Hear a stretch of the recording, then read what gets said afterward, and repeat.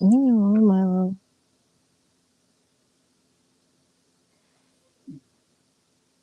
I'm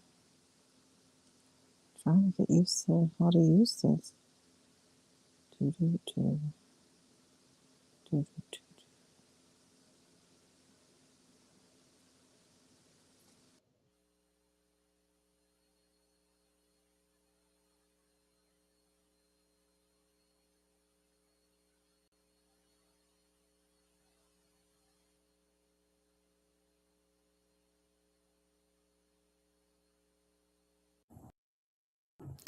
There, testing, testing. 1, 2, 1, 2, 1, 2, 1, 2, 1, 2, 1, 2.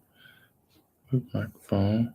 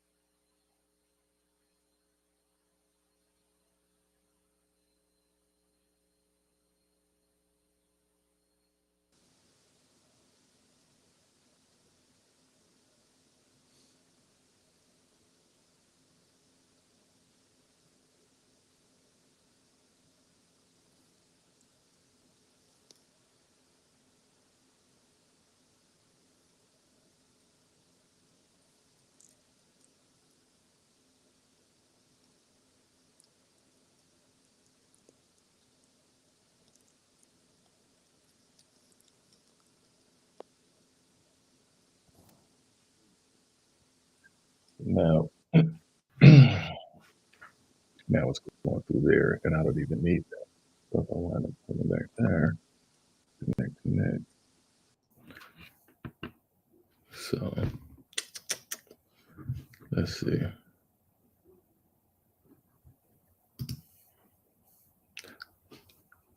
Let me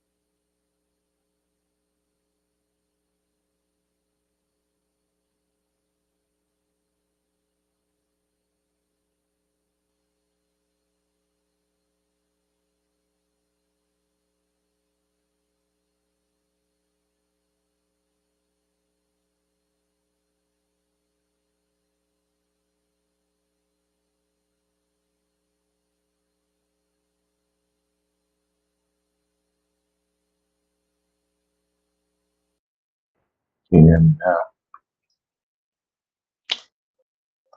If I just swing it from there straight into here, we're just gonna do it like that. And we're gonna let all of this for right now. I can come back and I can actually fix up all of these issues. So with that being said, my sound is good on there, but now let's just go.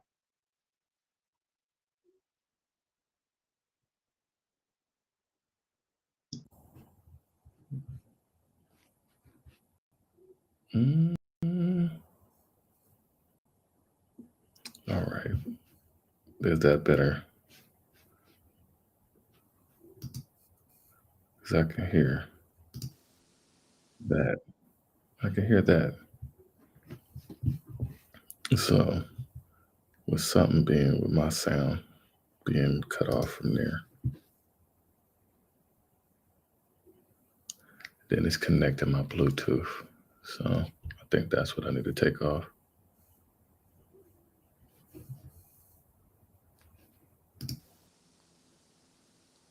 Can't hear me. Can you hear me? I can hear you. Let me see.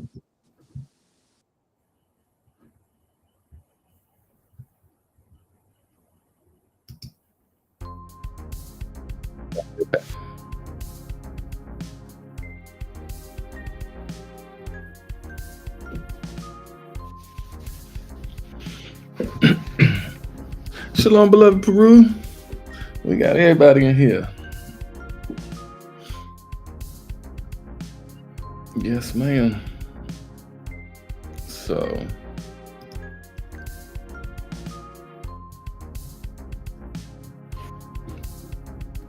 yeah. So, let me see. Hope everybody enjoying their day. Some music right now, just vibing out with it. But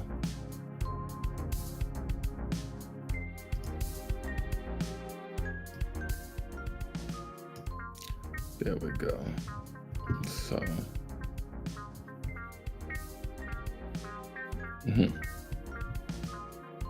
it's gonna learn today. Shalom, Sister Peru. We good. We live in here. Trying to learn how to use it. But anyways, let me go ahead and cut the music down real quick. But I had some stuff to show y'all though. Man, I was sitting there chopping it up just a minute ago. We were sitting there looking at some stuff and I just rolling, just laughing. But I know I gotta pull them up real quick because they was just man, let me go to the side. Oh no, it's gone. What happened to it?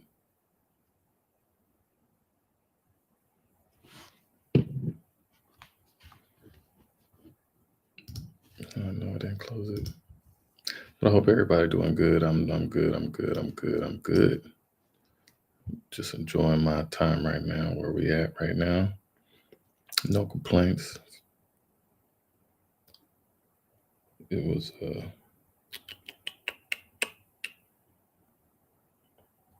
there we go. We're gonna start off with that one because I completely forgot about that one.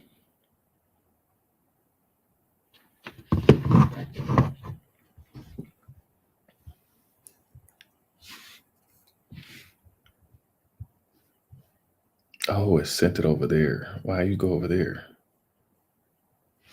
Okay. Well, since that worked out, that actually worked out pretty well then. I didn't even have to do all of that. So with that being said, let me stop this video before it even starts. But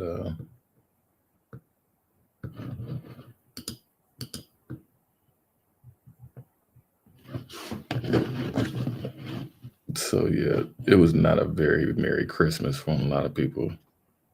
You on Coyote Watch? Yeah, they out there now too. Just being mindful of that.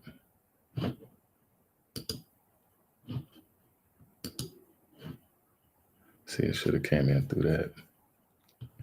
There we go. So with that being said, just tying it all together right now, y'all. Because what it did is it popped up in my other.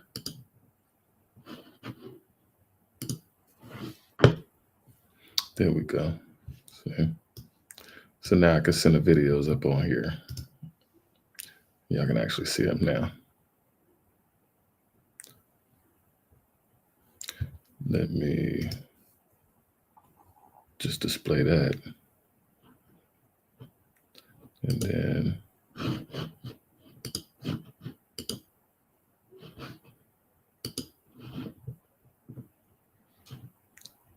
I do not hear it though.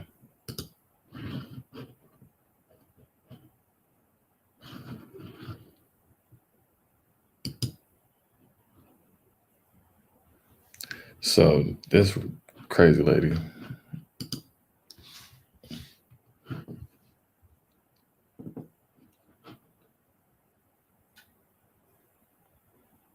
That's how they trip right now. But no, hold up. Let me find where I can.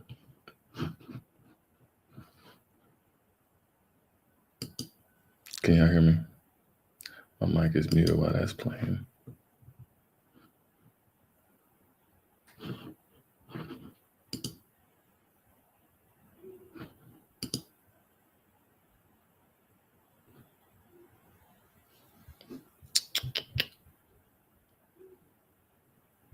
So you can hear me, but you can't hear this screen share, right?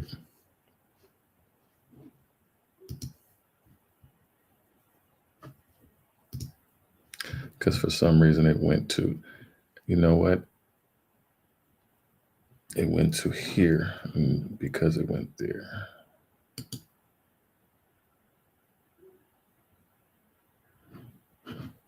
It still should have played the sound though.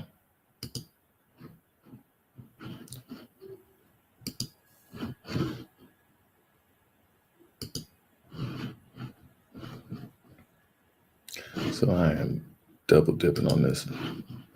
And it's bringing up like all my other screens. Because I do so much, y'all. It's crazy. I do so much. But it should have said it went to my other Mac. That's why. I didn't realize I had turned this one on. See? There you go.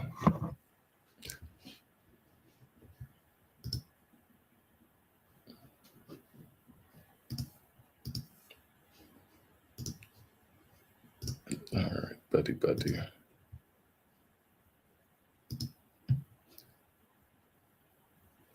Okay, so instead of it being in an actual tab, it went to that.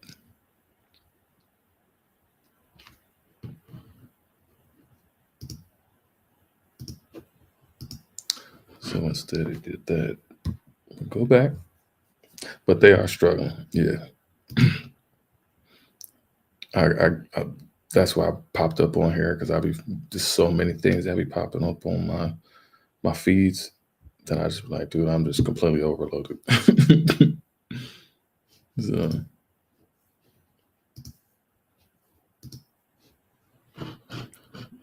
So with that being said, let me go back.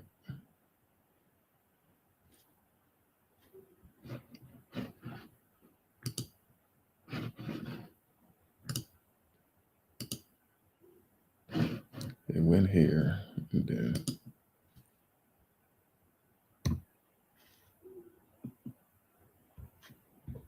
went to my pro. There we go. But yeah, this video, this lady was in Utah, and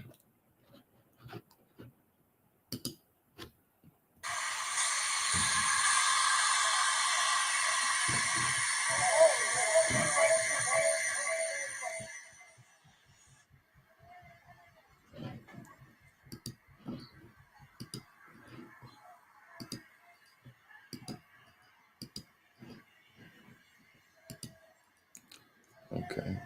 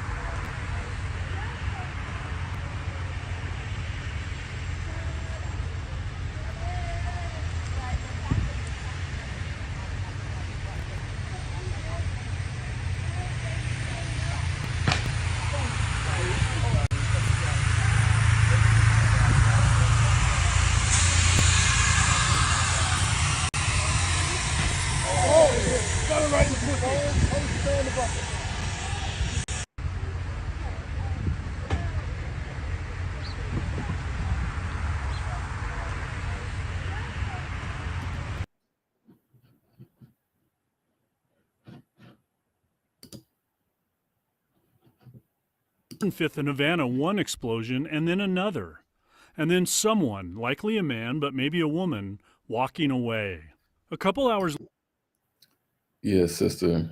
Yeah, she was on the power line, so she didn't lost her damn mind. So that woman in particular, she wind up she wind up causing more than 800 homes to lose their power because she was on the transformer, um, bugging out, tripping. The sun is getting to them. Literally, she wound up getting up there, and she was up there for a good minute, and she didn't want to come down and stuff like that. But this is what people are doing: is that they're running into these places where the power lines. It's like they've been listening to "It's a Small World" after all for for 30 days now, and now she's you know they tired of it. They've been listening to this music over and over again, and it's like water torture. And they're going off and doing the most heinous of things. So like now you're getting the whole community involved for one, but over your reaction of being so tired and exhausted of the things that you guys used to love so much, you know. And so this affected a lot of people. But I'm going to the next video that I had because it kind of correlates and ties in with the same as that story. Later, a United Power crew looking for the source of an outage in the area checked this transformer, finding a bicycle, and in an underground vault, a cut and burned electrical cable and a fried hacksaw, its blade seemingly melted away. Nearby, more clues. A voltage detector that obviously got zapped, some scorched clothing, and a distinctive hoodie. A day later, that blue bicycle is resting in the police department's evidence vault, and detectives are eager to identify the person who somehow walked away.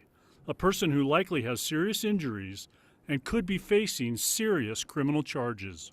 It's about 5 a.m. Going around smelling like burnt boiled hot dog. But yeah, like that's what's going on right now. You're seeing people going around and trying to affect the energy, the energy grids and stuff like that, which is pretty interesting because the energy company is about to get hit with major snowstorms right now. They're about to get hit with so many.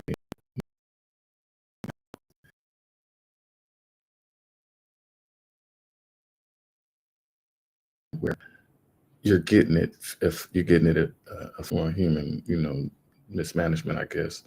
Um, but now when you're swinging in the weather involved with it as well, that becomes a whole nother level of panic, and you're seeing people fighting amongst each other, and that's everywhere across the whole world. I'm seeing that everywhere. Yeah, I'm surprised they didn't go to the hospital. And that's just an extra. You get fried, and then you're embarrassed because now everybody got to see you that you look like some cooked salami. But you know, y- you're seeing people doing all of the wrong things right now. And during the time where you try to hacksaw a major, uh, high conducting electrical instrument. It's it's in that casing for a reason. And the moment that you even shave into the very even tip of it, where the electricity is even getting to, it's all metal. And they had all metal at these, but like people are not smart. Not just like the Pope. He's not smart. He's opening up portals that he don't even know. You got this random dude in a damn wheelchair. He's just like, I didn't sign up for this to be opening doors. You didn't tell me about it. I had to open up these doors. So you got people who are getting themselves involved in things that the elements are coming back and affecting them at a high capacity right now. They are so exhausted and drained with everything that's going on that they hate to lose right now. They hate to lose so bad that they have to like exact revenge. Like they may have lost in a video game, long ago, but they remember that loss to that teenager. You a grown ass man and you didn't lost to a teenager, and you that mad that you got to drive across country to be doing the angry things that they're doing right now. But time will tell that all of this is happening for a reason. I'm showing all of this for a reason because these are the things that I've seen across a lot of stuff right now. But they're losing their mind. They're losing their mind. They're losing video games. They can't even they can't make sense of the stuff that's going on right now. So got another one for y'all. This one crazy. California to find and attack a woman they knew from online gaming. Last week, a Canadian man and a friend took a flight and traveled to the woman's home. Police say the two men posed as delivery drivers and stabbed the woman's boyfriend. He got jacked up. Man, I've never seen nobody's eyeballs like that. That boyfriend whooped that ass. That was what I was trying to show. Was that part right there. Let me see if I can make it. His eye got jacked up and ain't got there's no life in him. And even then, like, he would want to go on an attack spree because he's already lost that way. But no, they lost to the video game. And they drove. When he answered the door.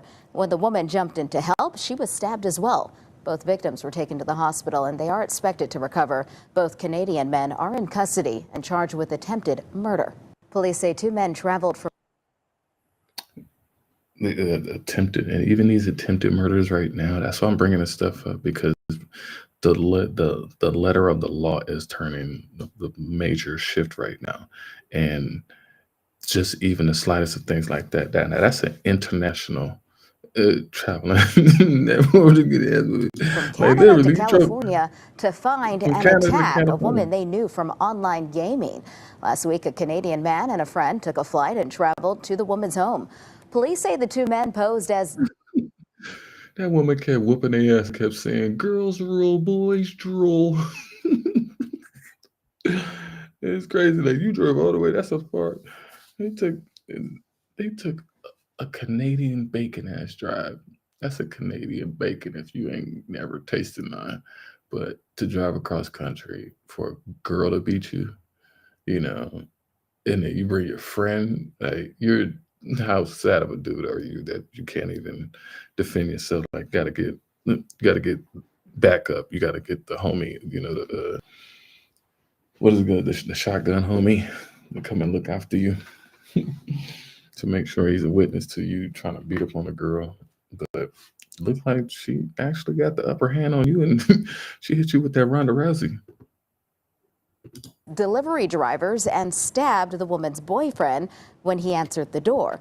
When the woman jumped in to help, she was stabbed as well. Both victims were taken to the hospital and they are expected to recover. Both Canadian men are in custody and charged with attempted murder. Police say two men traveled. Yes, and that's why I'm showing this stuff, because it is very embarrassing on 83's behalf that we're now seeing how they're conducting themselves in the most fickle or feeble of circumstances or situations. Like, they can't even have no fun wherever they go. You're seeing parents who are like, what is that?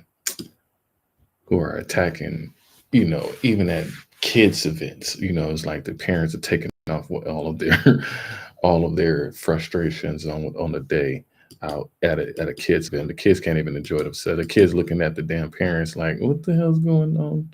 So I got another one for you. I got to show you this one. It's not just it's everywhere. I literally show it everywhere.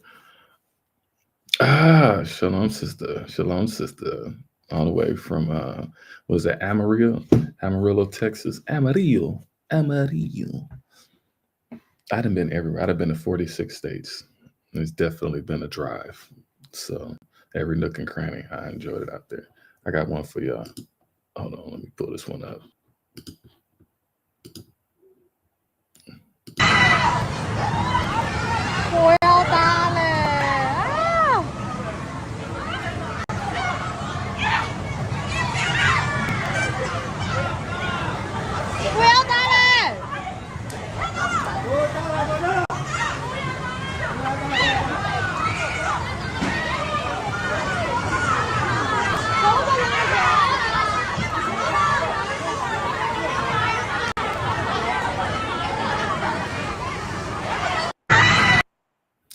They listen to Sexy Red in China as well. They getting ratchet. They getting ratchet. You gotta understand that these folks is definitely showcasing themselves across the across the world.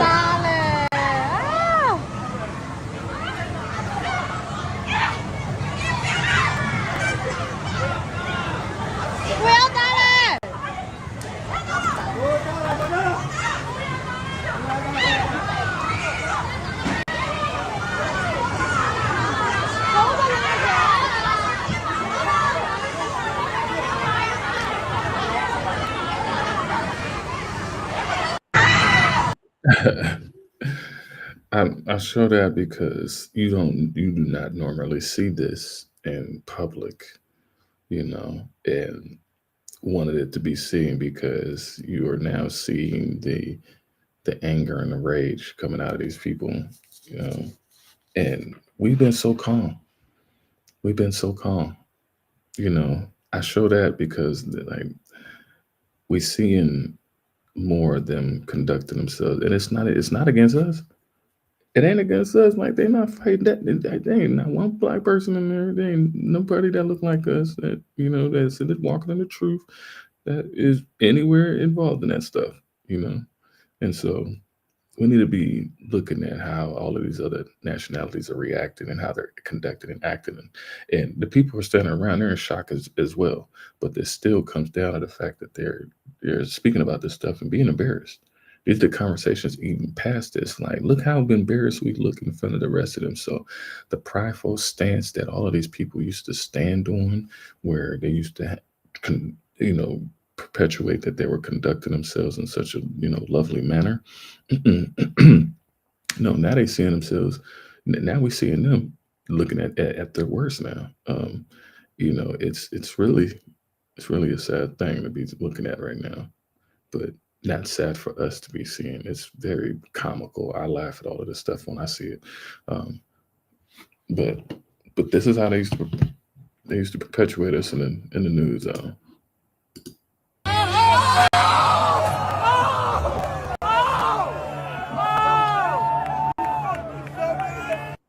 Shut your fucking mouth.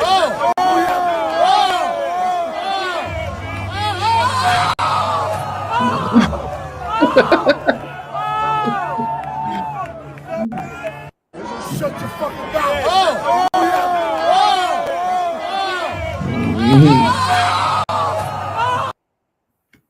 That's how you roll into Monday.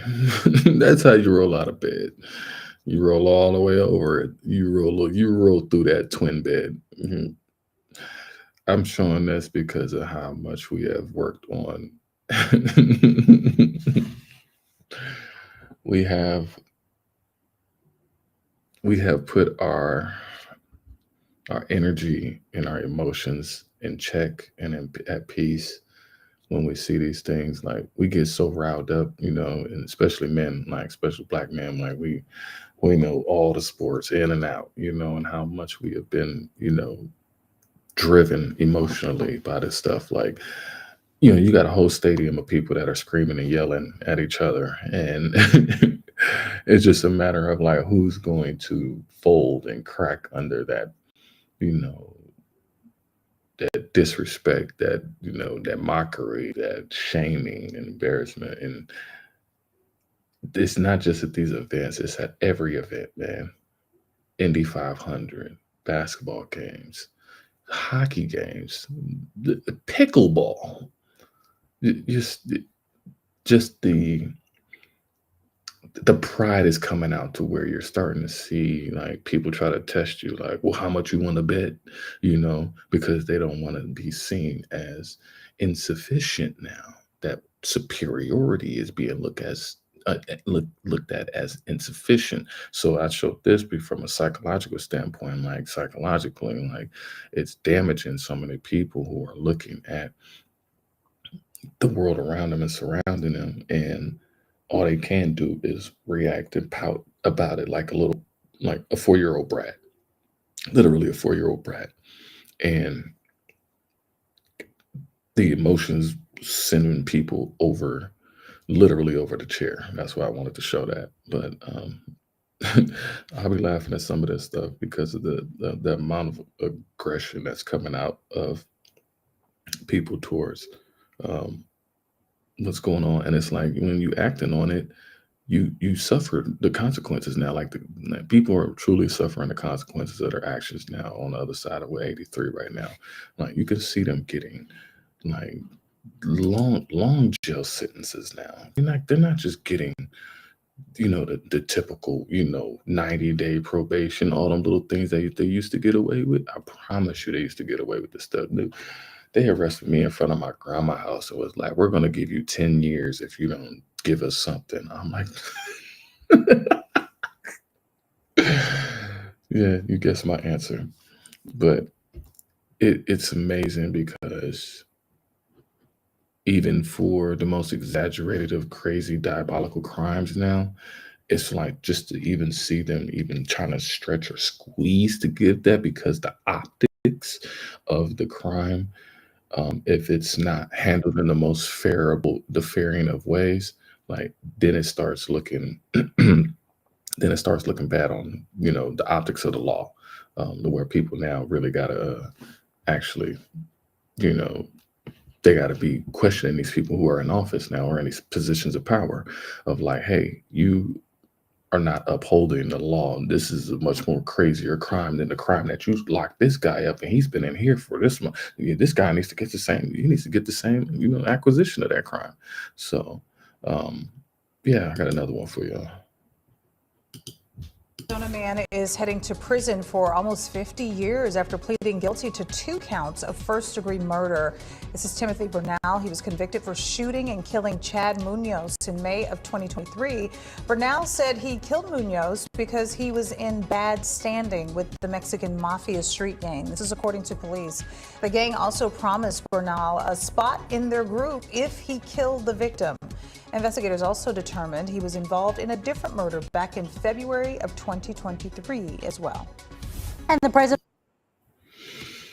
And I showed that on the stem of the fact that you got a lot of people who are acting big and bad, and it's like if you do the crime, you got to do the time. And you got people who are like, damn, I didn't sign up for this, man. I didn't realize that being a real gangster it would entail me having to do these real things. And I'm young, man. I didn't live my life yet, And so you're seeing everybody who don't look like us getting stretched now, like how we got stretched. And by definition, and people that don't know what stretched means, meaning that you got a very long, harsh sentence for whatever, whatever crimes that they're trying to commit and stuff like that. And so because of this happening, it's like, yeah, you're not going to get away with these crimes. You just can't be doing this stuff and thinking that, your privilege is going to, allow you to get away with this. Like people are so blatantly bold out in the middle of people, out in the middle of any and everywhere. Whatever opportunities that are out there right now, people are starving right now. This is the snow moon going into the wolf moon. The moment that wolf moon comes back, like, dude, you gonna have people who have been like famished, starving, thirsty, like their pockets have been tapped for the last 4 years. You got people running really, really on fumes out here. I've been across the whole country, y'all. I'm telling y'all, I'm the newscaster for the nation. So that's why I'm showing these little things, bits and pieces, because I've been in these stores. I've been around people. I've been at the gas stations. I'm seeing people traveling. I'm looking at how they're traveling. I'm seeing people packing up their whole livelihood and hitching it, and with a "Make America Great Again" flag on it. So that's the optics that are being seen out here. So let me give you another one. We have new video showing the moments just before an armored truck employee was robbed outside an H-E-B in Sugar Land. Sugar Land PD needs your help identifying the man in the Nike hoodie. You see there? You see him appear to quicken his pace to catch up to a man carrying a big bag. It happened just after noon yesterday outside the H-E-B off University Boulevard and Highway 6. The armored truck guard fired at least 2 shots, hitting the suspect's vehicle, which police later found. Now, if you know who the man is in the video, you're asked to call Sugarland police. I show this because I actually been in that actual store, and I say this because it has been dangerous for me working out on the road, and I've been working out on the road, and it's kept me away from family and friends and relationships, and just my own pursuit of happiness, what I would trying to do with myself, and it gets crazy and wild out here in these streets. It does. And for me to just be going ahead and going shopping at these stores, I'm constantly looking at every single person that I come across. I'm constantly observing my environment, profiling every aspect of what I do and what I see. Um, and knowing that I have been in situations where I've just walked out of a store where that store became an actual active shooter, and so I speak on these things because it is serious to me, because and I think this is something that you know everywhere I speak in its severity, because everywhere I walked with peace. I walked with grace and humility, where I did not, you know I didn't walk into the place scared and paranoid or anything like that. Like, I walked in with joy and glee and stuff like that. And so to know that you can walk in peace and grace and high favor, and knowing that you are being removed from a situation, or you don't need to fear. That's what I'm trying to create. Like, you don't have to fear walking outside no more. You know what I'm saying? Like, it used to be that paranoia. It used to be where people used to be scared to want to come outside, and so to just really change that pendulum now is like, with no mask on. Like, I'd show it back. Like, we got no mask on.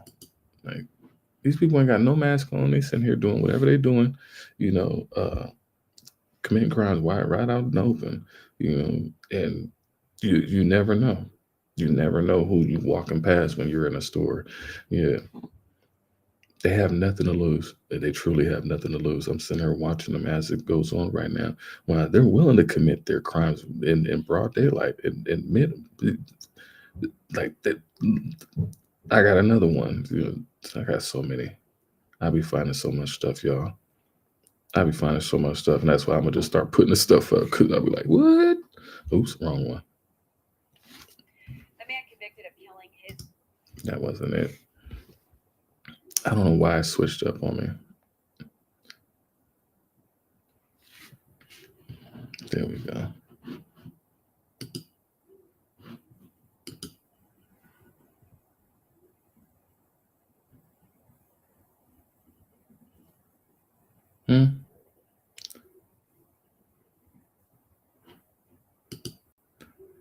It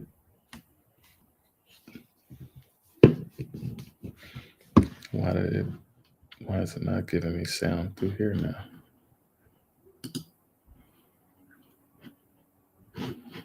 That's weird.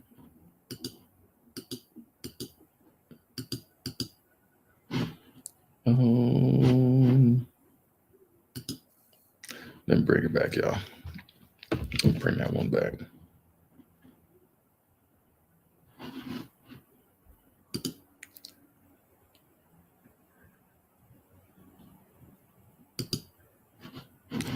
So that's not what I wanted to do.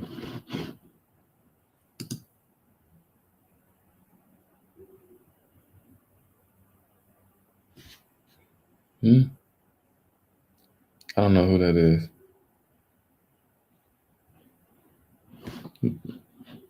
Get rid of them weirdos.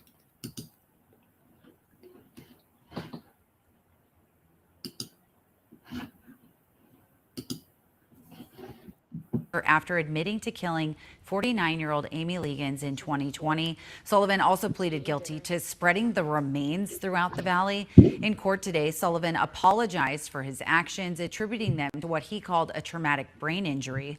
A judge sentenced him to 31 and a half years in prison. The man.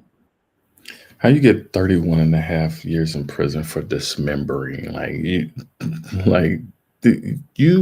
You had to, and this was 2020. I'm telling you guys, like, the pendulum swung really different during that time. So, shalom, Sister Renata. I don't know who this is. That delete that. Add that to block list because we don't know who that is.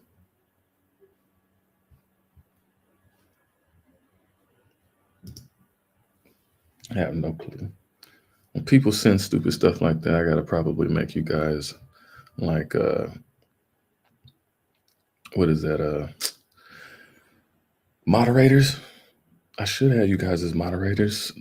I want to say you guys are. So let me know if you are or not. But yeah, I wanted to show you this because this started in 2020 where, a lot of that, what is it? The rage started kicking off, the real rage that they got, that January 6th insurrection. Whoo, buddy, they were pissed. They were big. You know how pissed they was because they never wanted. They thought that they was going to be to infinity and beyond, never going to lose. And to be able to have like lost in a January election, that hurt a lot of pride. That hurt a lot of teen spirit. We got it's been a lot of teen spirit going on right now. So.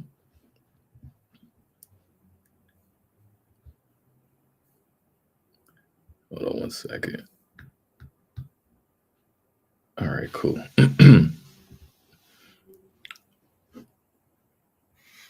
So with that guy, with these guys now, with the energy now changing and them not really seeing what's going on and us seeing what's going on, we are now seeing the amount of the sins, the 7 deadly sins, come out to their fullest capacity now. You see what I'm saying? I'm showing you each one of the 7 deadly sins right now, as we can kind of put in order. You know what I'm saying? You got sloth, you got people coming over from, driving hundreds of miles from Canada to California to, because they were lazy in life. You got people like this committing like wrath and stuff like that. You have so many people who are now getting what they're deserving of now, and they think that the privilege that they got is going to get them like through, like they ain't gonna get in trouble. And it's crazy because as adults, we don't have no parents, or like our parents ain't coming around the corner with that belt to get that butt whooping out. So because we ain't got that butt whooping, or because they ain't getting that butt whooping, the pendulum changes so much now. How you doing? How you doing? You're Vaughn, right? Yeah. Get up. I'm not a Hayes. Get up. I'm not Get Yvonne Hayes. up. Get up. Stop. What's your last name? Robleski. You're perfect. Put your hands together. You're perfect. What did I do? Give me a second. Let's go. I did? Alpha 2300. Oh, I'm being arrested, I guess. About female 1012. Let's go. Can you get the keys out there? Where's the car keys? No, it's okay. You don't want the car keys? No. I mean, I guess not. I don't know what I'm being arrested I got you. I'll tell you in a for. I second. know what I'm being arrested for.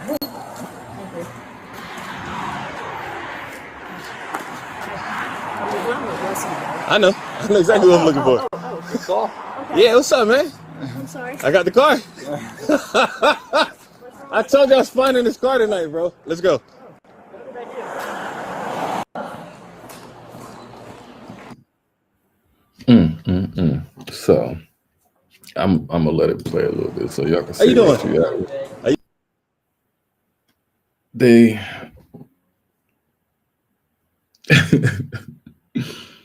so you have this lady sitting at a slot machine. Now she exploited this senior couple in DeLand. Now I've worked in DeLand, so that's why I can pull this stuff up. Like, oh, okay.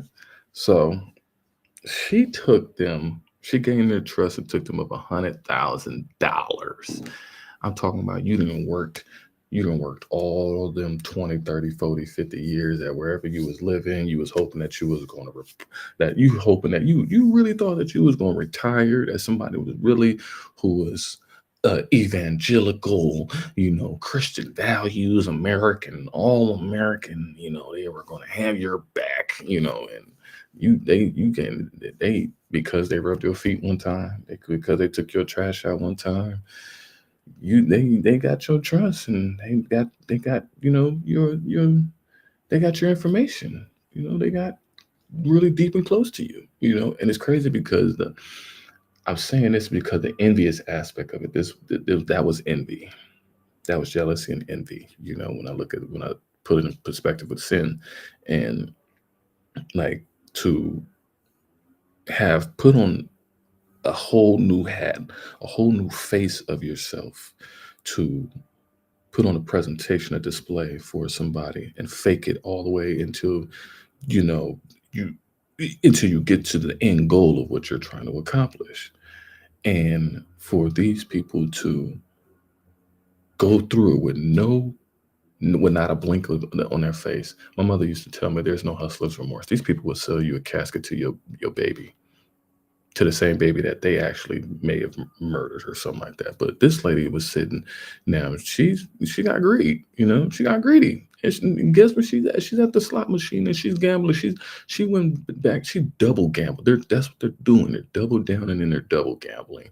She thought that she can get $100,000 so she can get $100 million on this one slot machine in this dirty ass internet cafe. That's she's like, I'm going to be rich, mama. I'm going to get you out of here. And the money that she stole from was her own damn mama. So it's crazy that they're stealing from their own people. Now they can't really come at us and do what they used to do anymore, because we used to plead with the assimilation that we would be taken care of, or we entrusted into these systems for the last 400 years. Now that Jacob's trouble is no more, now we actually see that, okay, these people are not even trying to conduct any of these type of schemes and scams on us right now. I'm seeing that so much more prevalent. And then even if you see any scammers on the other side of it, they're not even really, I wouldn't say they're not messing with us, but they're not messing with us. You know what I'm saying? They're getting all of them right now, and it's very easily seen. It's this lady is at the slot machine with this other woman's $100,000. She's already I guess about to check out or whatever, but still at the same time, for you to have lost everything, and that's in Florida, so ain't no telling where that money that lady got her money from, on what has happened. But it's pretty much male on male crime, and the audacity to be like right down around the corner, like you didn't take the money and flee, like you went right down the corner, you went right around the corner, right to the slot machine, and ain't no telling how much she's put into that one machine itself. So that made me look like, I need to invest in a couple damn slot machines. Because they robbing their own people, they put it back in these machines. Like, hey, what part of the game? I ain't living my life right. I'm just playing, y'all. I ain't trying to deal with that. I don't know the part. No, that's why I'm bringing this up, because of the gambling aspect of how much, because people are desperate right now. They're entrenched. They're drenched in their escapisms. You see what I'm saying? And the escapisms are bringing the desperation of people's behaviors and habits and conduct, and it's kind of making this nice little flavorful gumbo pot of disaster for these people, because it's like, I don't have any more money. I don't have any more money. Damn, I can't impress this girl no more. I don't know what to do. I gotta, I told her I was gangster. Am I really gangster? Am I really gonna go out and go try to rob this dude? Just try to go rob him in Sugarland. You know what I'm saying? Like, the mentality, these things are fracturing these people. So that's what I'm doing, is where the prideful privilege that this woman is sitting here looking like Miss Piglet, sitting in front of her, jangling everything up and down in this machine, and thinking that they won't get caught, thinking that that their stuff don't stink, that they can still keep getting away with what they were doing. And it's an interesting fact that I segue right into this right here, man. This one is cold, because now they're going to jail, and they're getting stretched. Biden ain't gonna be around too long to be able to try to pardon these people. he granting clemencies and pardons and all type of things for people to get out of jail. And no, that's not working no more. It's not working no more for these folks. I praise the Most High. They can't. They real quiet now. They leaving us alone. They understand that they gotta, respect that. They gotta, figure out their own. They gotta figure out their own mess. They gotta figure out their own mess. They can't be looking at us and be trying to point the finger like they used to. They used to point that finger real heavy, wasn't it? Man, I wasn't all on the news growing up. That's all I saw was our people getting jacked up. What bugged me out was seeing I forgot. I'm mad. I'm missing her name right now. But the little girl that got shot in the liquor store out in L.A. by the Korean woman, like shot her in the back of the head. Like, wow, that as a kid, that traumatized me. I was so nervous going into any one of these stores. You know what I'm saying? To where the moment that I got a little stronger, it's like, I almost felt like I needed to wreak havoc back on them. And so, that's a part of my little testimony as a kid. Is like, dude, I seen this and I wanted to hurt these people back too. So like, damn, y'all keep hurting our people. I want to hurt y'all back too. And we start developing these traumas and these triggers that got us all over the place. And how do we shake on all that? The fact that we have been be separate, saith the Lord, touch not the unclean thing, and I will receive you. And ye shall be my sons and daughters. So the fact that the tables have turned so much drastically to where they used to get away with that Bonnie and Clyde burglary. They used to get away with just walking into a store and just taking it from a Brinks truck. Don't you know that the era of crime is over? Y'all are late bloomers to this now. Black folks didn't just like, man, we got to stop committing crimes if we want to stop getting beat the hell up. And that's what we did.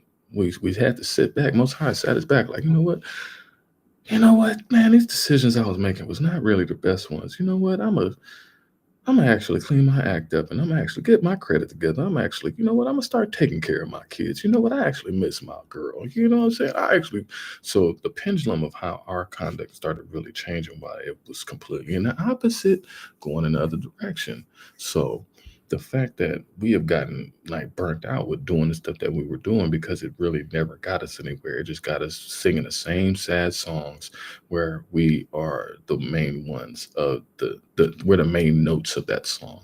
So the fact that we're seeing these people actually coming into crime now at a criminal level, where the criminal aspect of getting caught, the carbon fingerprint is so delicately placed any and everywhere now. There's so many different divine devices out there now that are getting their own instruments are getting them caught.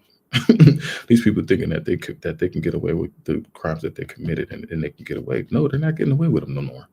They're not getting away with them no more. They are not getting away with none of their crimes no more, because their own people are holding them up into accountability just as much as all of the other nationalities and minorities, or whatever you want to call. So be it. What's happening is that you are seeing the accountability pendulum start to swing and shift now. You're starting to see these people actually get their due diligence and justice due. The dude just walked out of the store, tried to rob the Brinks truck, dude, with no mask on, no gloves on, no nothing. Car is all the way in the front of the store with all the high-powered lenses. I don't know what y'all doing. That's why I ain't never been to prison. I ain't never been to jail. I ain't never got locked up, because I ain't no dumbass criminal. So I don't know what's wrong with y'all, but they ain't too much power. All praise to the Most High to be able to see this stuff. But it's crazy, because when it's happening to them, they're getting stretched. Now you're seeing that, okay, these people are starting to get away with these things. The power of the political realm and the legislative body, they're not so smooth now. It's more like gravel. It's more like gravel and crunchy peanuts now. But it's the amount of cushion that was there to be able to alleviate somebody if they was to commit the amount of a heinous crime, and they would have a lawyer behind them. Now lawyers are freaking petrified to get behind people who are committing these crimes, because it's like, okay, you as a moral integrity person, or you're willing to take the money instead of taking the moral ground. Like, this person, this person is guilty and stuff like that. So the notions that we have right now amongst the legislative body now are getting called to its fullest capacity now, where it's like, okay, and some of these laws ain't making sense. And I remember reading through history, it's watching how, like, in North Carolina, I believe, I forgot where it was, Greenwood, Raleigh, Rosewood, one of those. But there was a black judge, and the white folks back in the day did not want no black man to be no judge over them, judging them of their crimes and stuff like that during slavery, shadow slavery, Jim Crowism, all of it. They did not want to be on the other side of that being judged right now. The fact within the last 4 years, going on 5 right now, you're seeing these people get judged up and down the block now. Getting judged up and down the block right now. And now that all of the begging for, like, oh my goodness, I need help. Can you release me? Can you dude, you know how many people was fighting for their lives? Look, what was that? Oh, man, we had so many people. They made movies on our people who were fighting for their lives to get out of jail, begging for clemency. And it's interesting because a beloved sister brought up to me how many people got released during the Biden administration. And if the sister's still here, if she could put the number of the administrations on how many people that it released. But this administration, within the last 4 years, not even 4 years, within the last couple of days, there's been thousands of people released. I don't know the exact numbers, but I know that it was about 8,000 within this Biden administration. Obama, it was about 2,000 plus. The Republican administrations, they maybe released around 200 people. They're rough numbers, but these people actually got away with releasing these criminals back into the general population. These people were getting out and they're ending up right next to you. I'm talking about, like, killers, murderers, rapists, sexual assault, like the most violence of crimes. And they're getting out and they're coming out, like, but it's interesting because these people are walking out of wherever they're walking out of, and then they're getting the people that are walking out of these jails and prisons right now. Just because you served that time does not mean that family has ultimately forgiven you.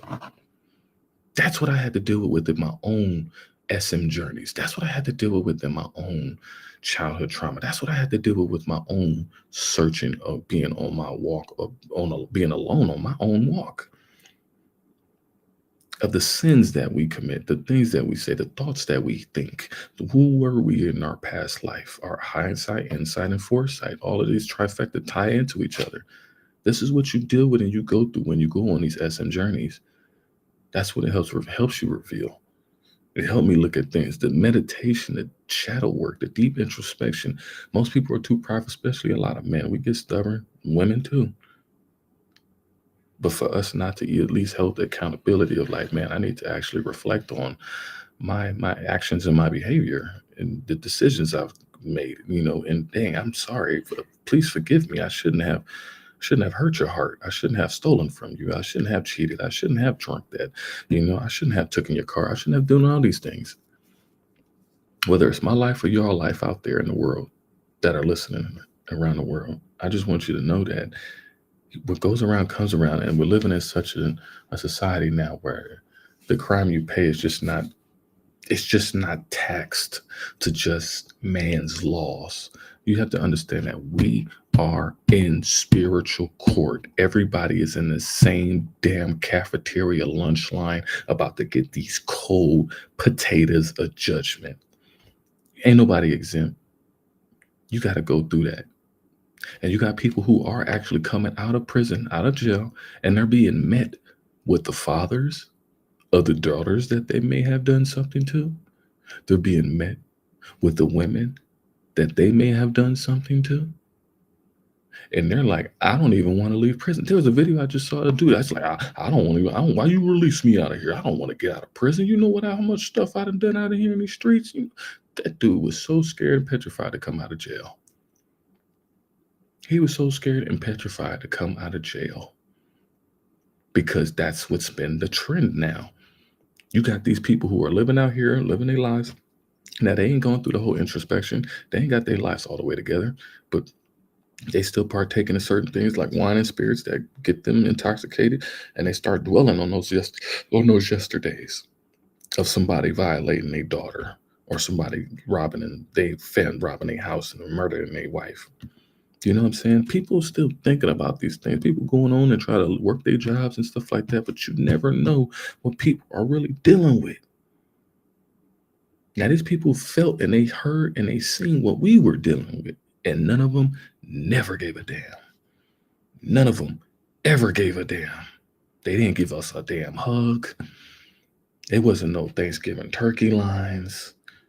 Joel Osteen wasn't handing out no presents. Nah, they was mocking us. They was treating us like shit. Matter of fact, you just gonna get locked up just cause you just black. I don't like you because you black. And that's what we got hemmed up with. And I'm just showcasing these things is because I'm seeing what I used to see as a kid, and I'm just reversing that because this is in the reality. Some of that stuff was really made up, and it was produced. It was high quality production behind it. They created very eloquent stories about nightmares about us. They created horrible narratives about us. To be now where we're at now, where I'm not creating no crazy narratives about. I'm giving you straight exactly what the hell is on, what you actually see. You gonna believe you gonna believe about my lying eyes, or you gonna believe your lying eyes? That's not on me to sit here and justify that. I'm just here to observe and report. That's all I'm doing. I am observing what I have observed across the whole country. I have activated ley lines everywhere I've gone this whole year.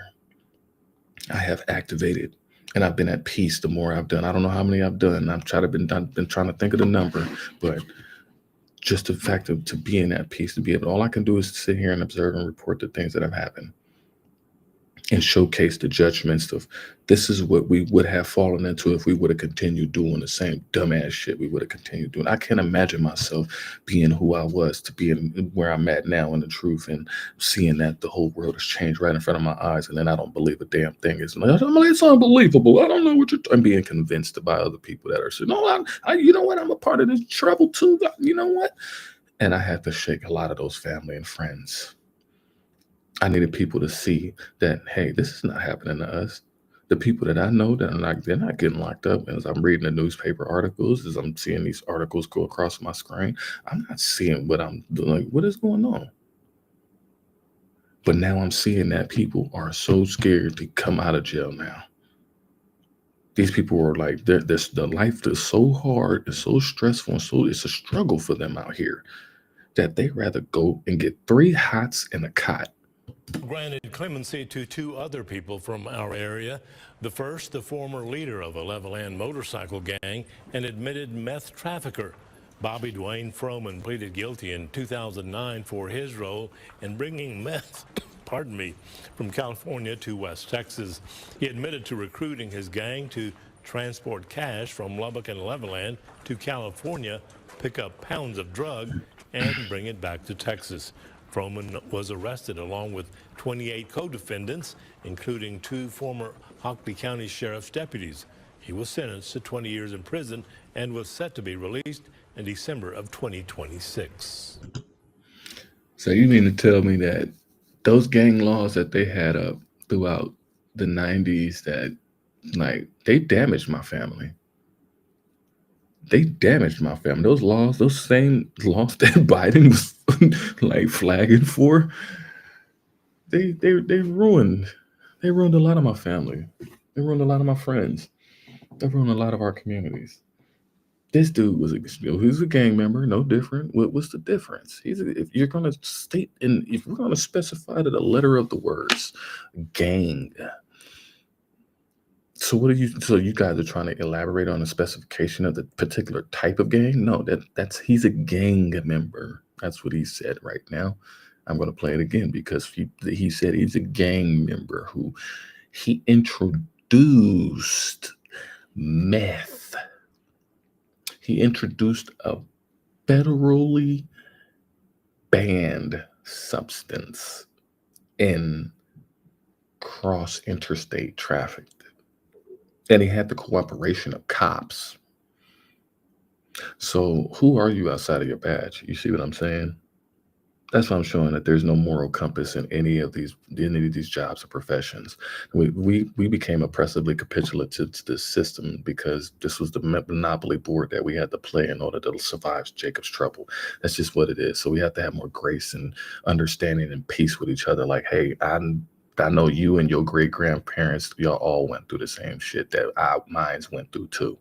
So we need to just at least take a breather and give each other a hug, hold hands, do whatever the hell we need to do to heal, to truly heal and manifest that heal. That's why I'm doing what I'm doing now, because this is my Ezekiel 33.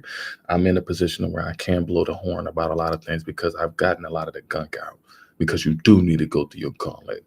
You do need to be made better when you do mess up, when you do, and you do hold yourself accountable. These same crimes. Now, he had meth. Now, is meth different as far as in the effects of the human physiological structure, like crack or even fentanyl? You got fentanyl that is jacking up every community that's out there. I'm talking about double. Double is taxing. It's all over the place. Super taxing right now on everybody. But you got this dude who didn't actually. So he pled guilty and said, "Yep, I did it. And yep, these cops helped me out."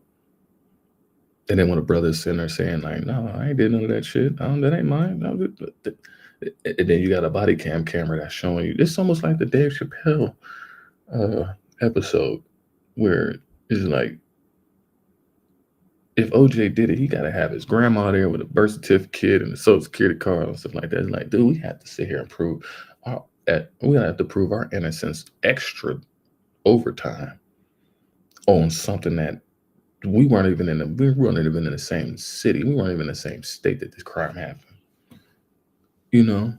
And to now see that we are witnessing so many different people get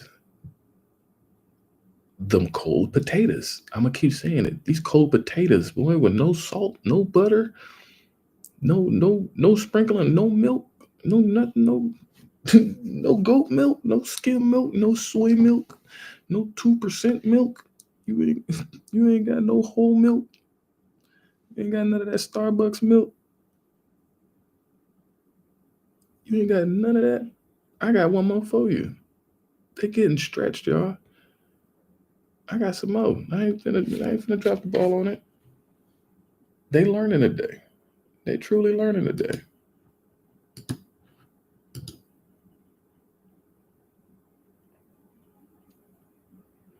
Great glory, all praise to the Most High. Like, for me to be getting on this now and to be showing y'all, and just this is just the time that we're living in right now. Miserable are they that afflicted thee, and rejoicing at the fall. Amen.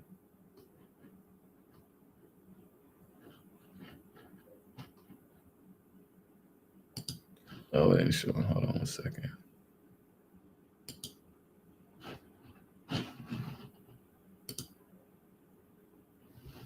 Shout out to everybody around the world.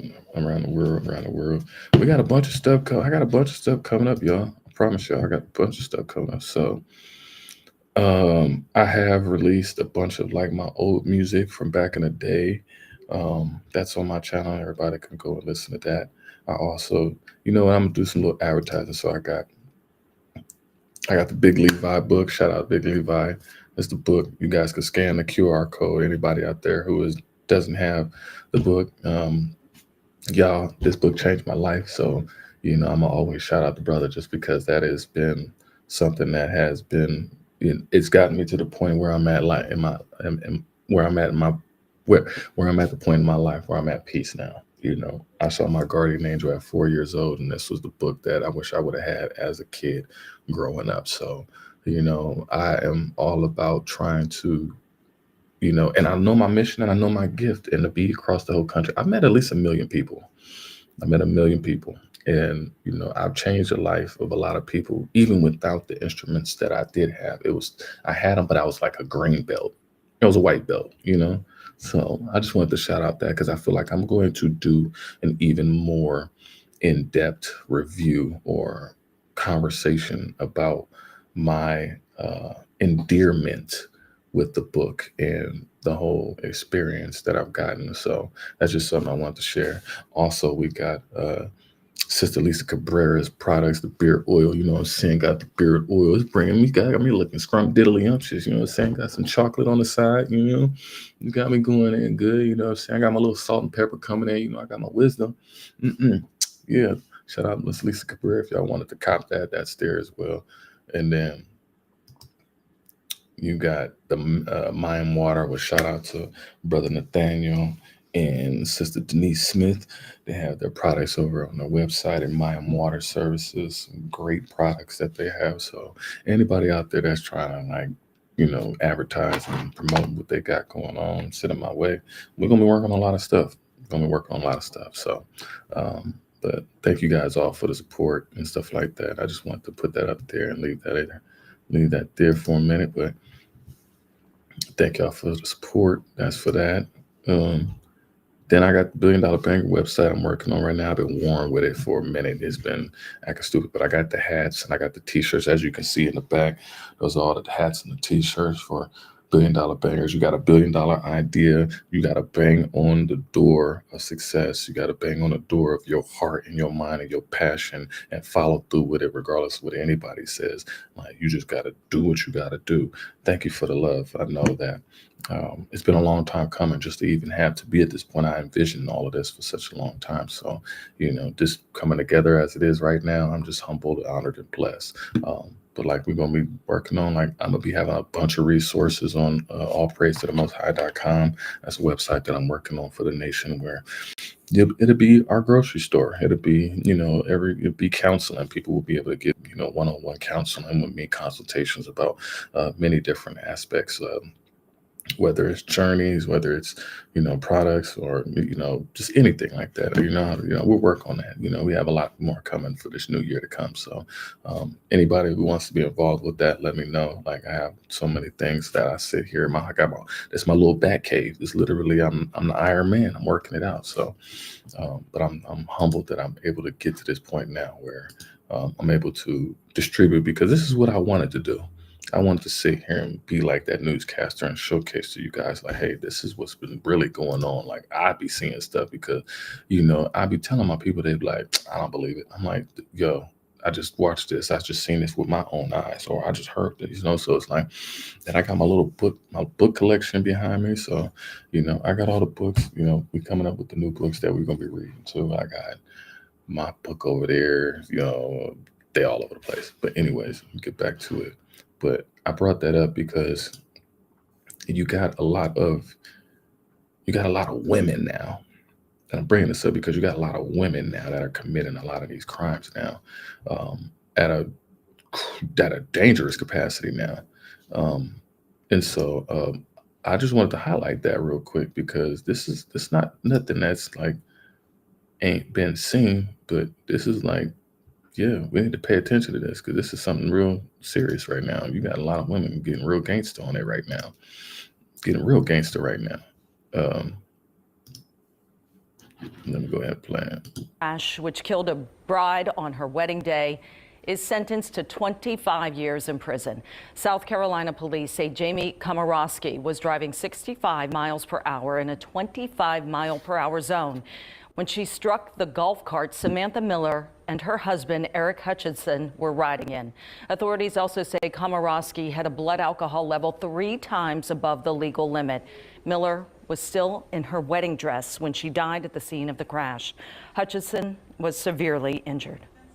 The New Jersey woman charged in the 2023 crash, which killed a bride on her wedding day, is sentenced to 25 years in prison. South Carolina police say Jamie Komorowski was driving 65 miles per hour in a 25-mile-per-hour zone when she struck the golf cart Samantha Miller and her husband Eric Hutchinson were riding in. Authorities also say Komorowski had a blood alcohol level 3 times above the legal limit. Miller was still in her wedding dress when she died at the scene of the crash. Hutchinson was severely injured. I showcased that because you're seeing now this was in New Jersey. You're seeing the pendulums of justice swing heavily in another direction right now. Now, that's crazy for that to be on somebody's, wedding day, to death do his part. Yeah, the switch is real. Oh yeah, that's what I need to do. I'm gonna need to add you. I think it is through. Matter of fact, I think it's gonna be through this phone. So I got you. I'm gonna get you together. I thought I had you as one,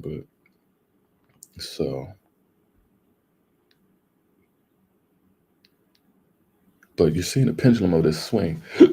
I wanted to bring this up because the energy that's going on right now, like I said, we don't know what people going through, but we do know what people going through. We do know what people going through, so to see that these acts are happening right now. Hold on one second. Let me see if I can add you.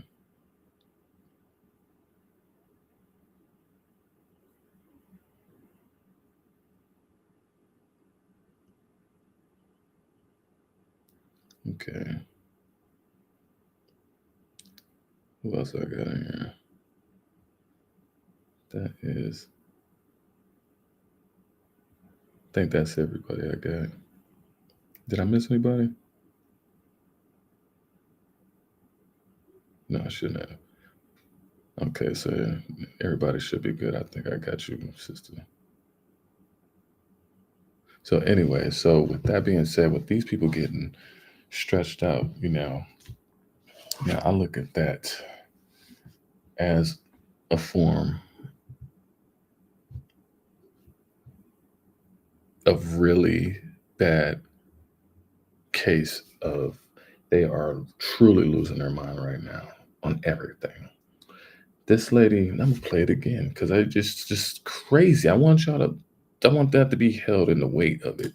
The New Jersey woman charged in the 2023 crash, which killed a bride on her wedding day, is sentenced to 25 years in prison.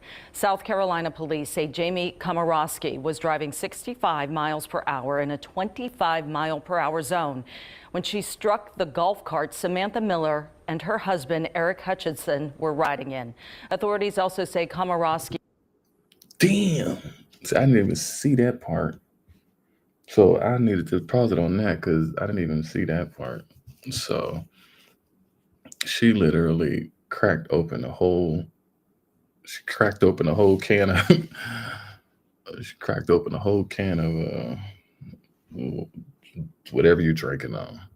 But yeah, she was driving 65. She was pissed. She was rage driving. She was on the phone. I drive across the whole country. You know how many people I hear screaming? I'm talking about screaming in their cars, arguing with somebody.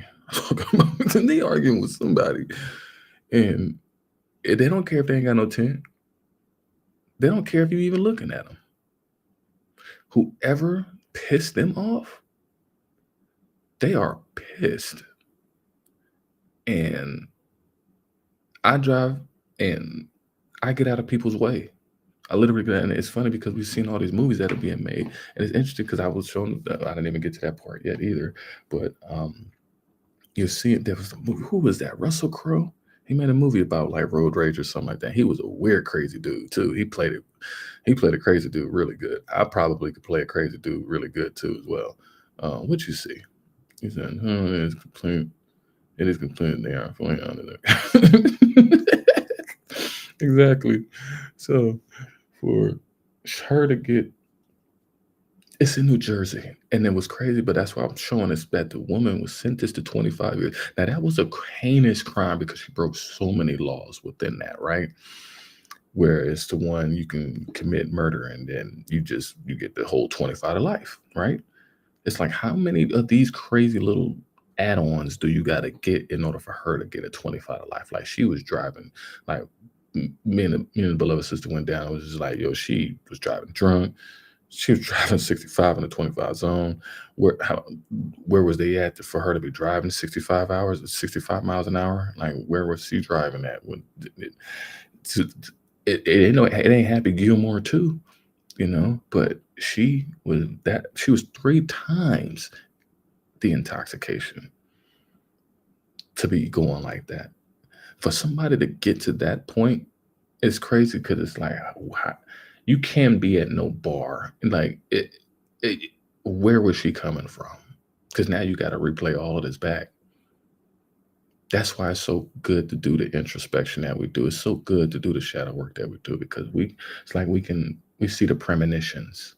We see the final destinations in our own lives now before they even come to pass now. The fact that they don't see this stuff, they just full instinctively involved and just bum rush and just go ahead with a gun ho, just crazy, They don't even care about the catastrophe, the mess that they make when they make these messes. Look at they messed up the whole world for 400 years plus. You literally destroyed and excavated all lands across this whole world and have never replenished it back. You've never replanted the seeds. And if you did, you planted seeds of wickedness, of deceit, of diabolical mistrust, just evil.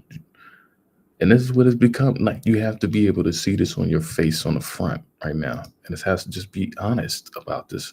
The fact that we can't even get the honesty out of people to really actually take into consideration, like, oh man, damn, I may have actually been, doing wrong or something like that. Or my peoples may have been doing wrong. Just because you may not have been doing wrong, you benefited from that. You come from the loins of the privilege of that white supremacy. You come from the loins of the systematic oppressively capitulative mentality and ideology and philosophy that encompasses within the United States democracy of capitalism, the United States of America. It is. It truly is. And this woman had to have gone all this to get 25 years. And I say that because what if it was on the other side of the curse, she probably wouldn't have got that much of a sentence. But because these families are people in a judgmental aspect right now are pressing down much more on crimes like this that are, they're unfathomable. It's like you can't write them off no more. You see what I'm saying? Like you just can't look at the damage of this right now and be like, that was light, that was light.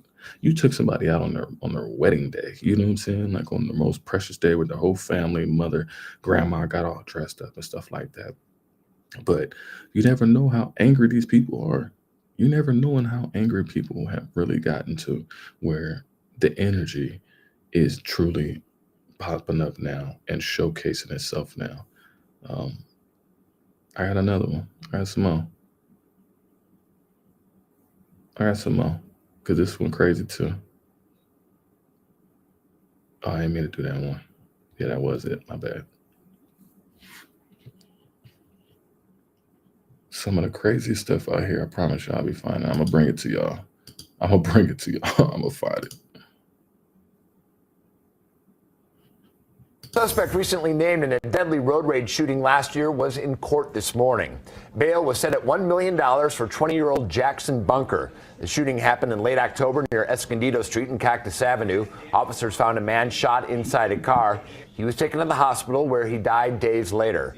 Metro says Bunker was already in custody at the Clark County Detention Center for unrelated charges.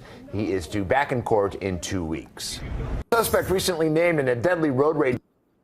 Now, and I want to show you this whole scenario, this whole video. Bets sell at $1 million now. Woo. Can you pay down 10% of that $1 million right now, little buddy? Yeah, he's 20 years old. How precious is that number? I remember when I was 20. Do y'all remember when y'all was 20? Y'all know how much ratchet shit I was doing at 20 years old? I couldn't wait to get out of my mama's house. I was thugging it out. Couldn't beat him off of this chocolate. But 20 years old in the prime of your life, you just smelling all yourself. You know? You're driving down the road, you just raging out. And what music do you think that he is specifically raging out to? I'm under the impression that it's black music. I hardly hear any other reference of music. I don't hear no ukuleles causing no damn road rage. Whether it's the heavy metal or anything like that, for somebody that road rage out like that, it's kind of crazy. The way you need $1 million. Now, this guy does not really feel like reporting on this stuff. None of them do. None of them do. Where the fact that they have to report on this stuff, that's his job. I had to zoom in on this because I'm like, okay, he's going to get to a point where he's going to get pissed off at his own people. You see how this is going to turn out? It's already getting very uncomfortable. It's going to be like a very uncomfortable wedgie that just keeps creeping up and sliding up to where it's like, you know what? I'm tired of these. It's going to boil over for them, even for these professional people that you see here now. They have to do their job and contain themselves just as much as we had to hold our tongue and contain ourselves. People who lost their babies and they still had to go back to work. And you know what their bosses did and supervisors did? Joanne, I ain't trying to hear that shit. I need you to get this job done. I don't care what's going on with you. Margaret, Felicia, Trayvon, Jamar, Quentin, Earl. Every one of us had to sit here and pick ourselves up by the bootstraps when something was going very hard and wrong in our lives. We had to figure it out. We had to get it right. We had to get it together.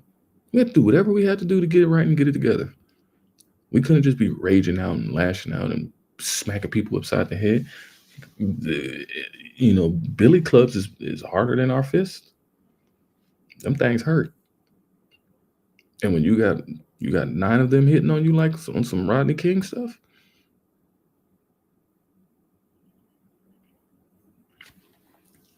it's never no self-accountability.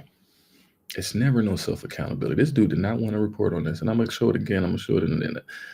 What I see out of it. You see what I'm saying? Shooting last year was in court this morning. Bail was set at $1 million. Look at this room. Look at this room, y'all. Please look at this room. Please. I'm looking at this room, and please look at this room.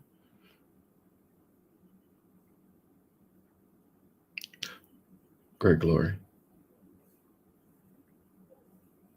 All praise to the Most High.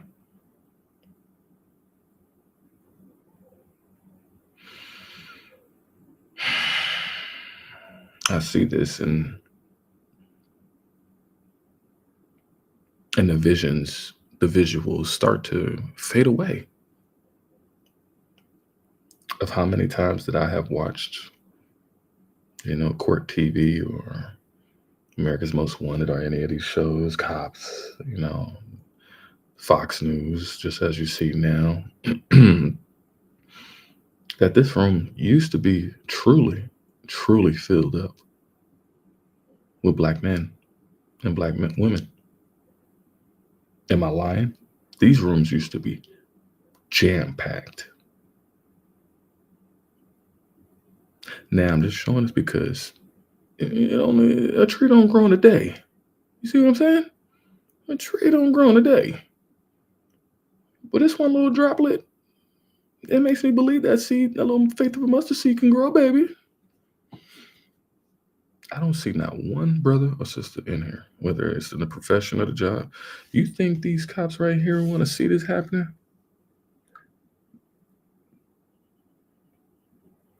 You think these ladies, you think these people right here want to see this happening?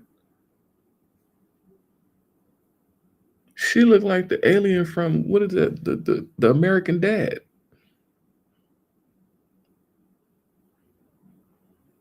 She looked like she from the movie Contact. Can't even see it good, can you?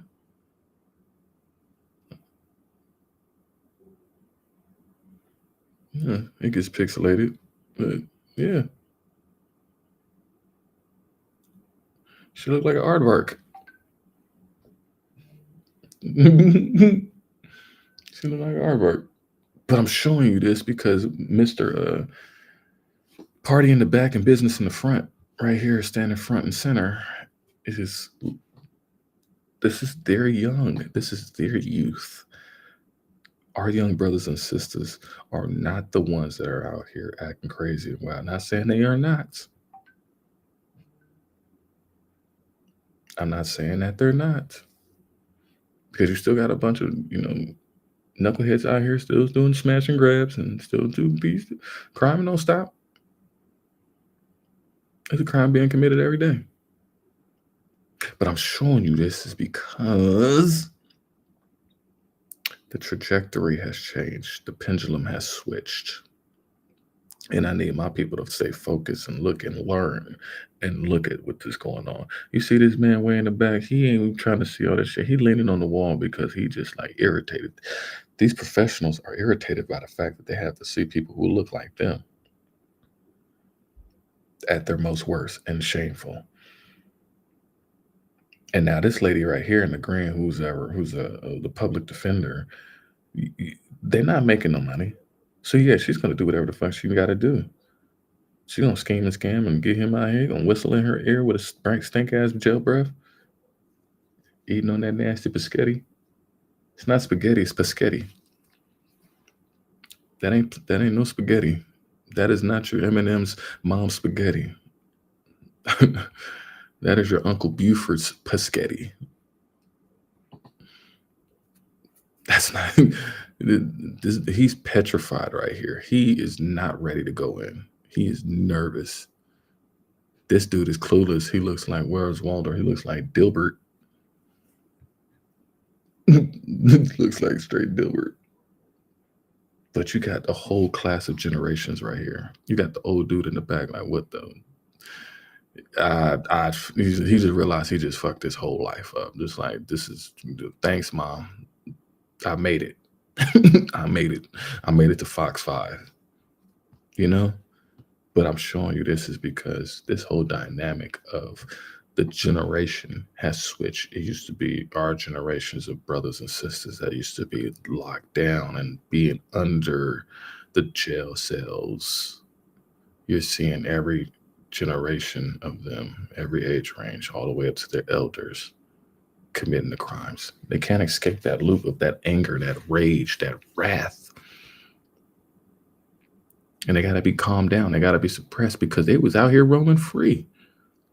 Look how much wrath that they allowed to roam free, to where they was like, we got to put a stop to this. We got to kind of cap this. I don't know what's going on. We need to kind of figure this out. They're getting out of line right now. Hold up. For 20-year-old Jackson Bunker. The shooting happened in late October near Escondido Street and Cactus Avenue. Officers found a man. So you road raging and you shooting. All this, that GTA, that's what I tell brothers there. You need to stop playing these video games because these video games are getting you caught up and set up. You got to unplug from this digital realm right now because you got people who sit there all day, every day. They don't even leave. I've seen videos of South Koreans die from drinking so much energy drinks because they could not leave. The dude, he died on stream with a heart attack because he did not want to get up from the computer. He was playing like crazy. And that's what they're doing. And then when they lose at that part, it's the most epic losses in their lives. Now, that's what I'm saying, like, not to get so emotionally attached. Unplug, go outside, go get a breath of fresh air, go walk along the beach, go pick up the trash on the beach, go hug a tree, go plant some seeds. Go clean out go do something that is of a natural, holistic manner that is going to detach you from the electrical, like quicksand that has engulfed a lot of our kids. Man, my niece and nephews, I got them books. They still don't call me to this day because I got them books for Christmas and their birthdays. They're like, everybody else get presents. Why you get us this book called the Family Handbook? I don't even know. I ain't even got no family, and I ain't got no hands to put on no book. I got no hands to put on these controllers. The kids are smart though. Yeah, I love them. I'm just clowning. But yeah, I wanted to show you that. And shot inside a car. He was taken to the hospital where he.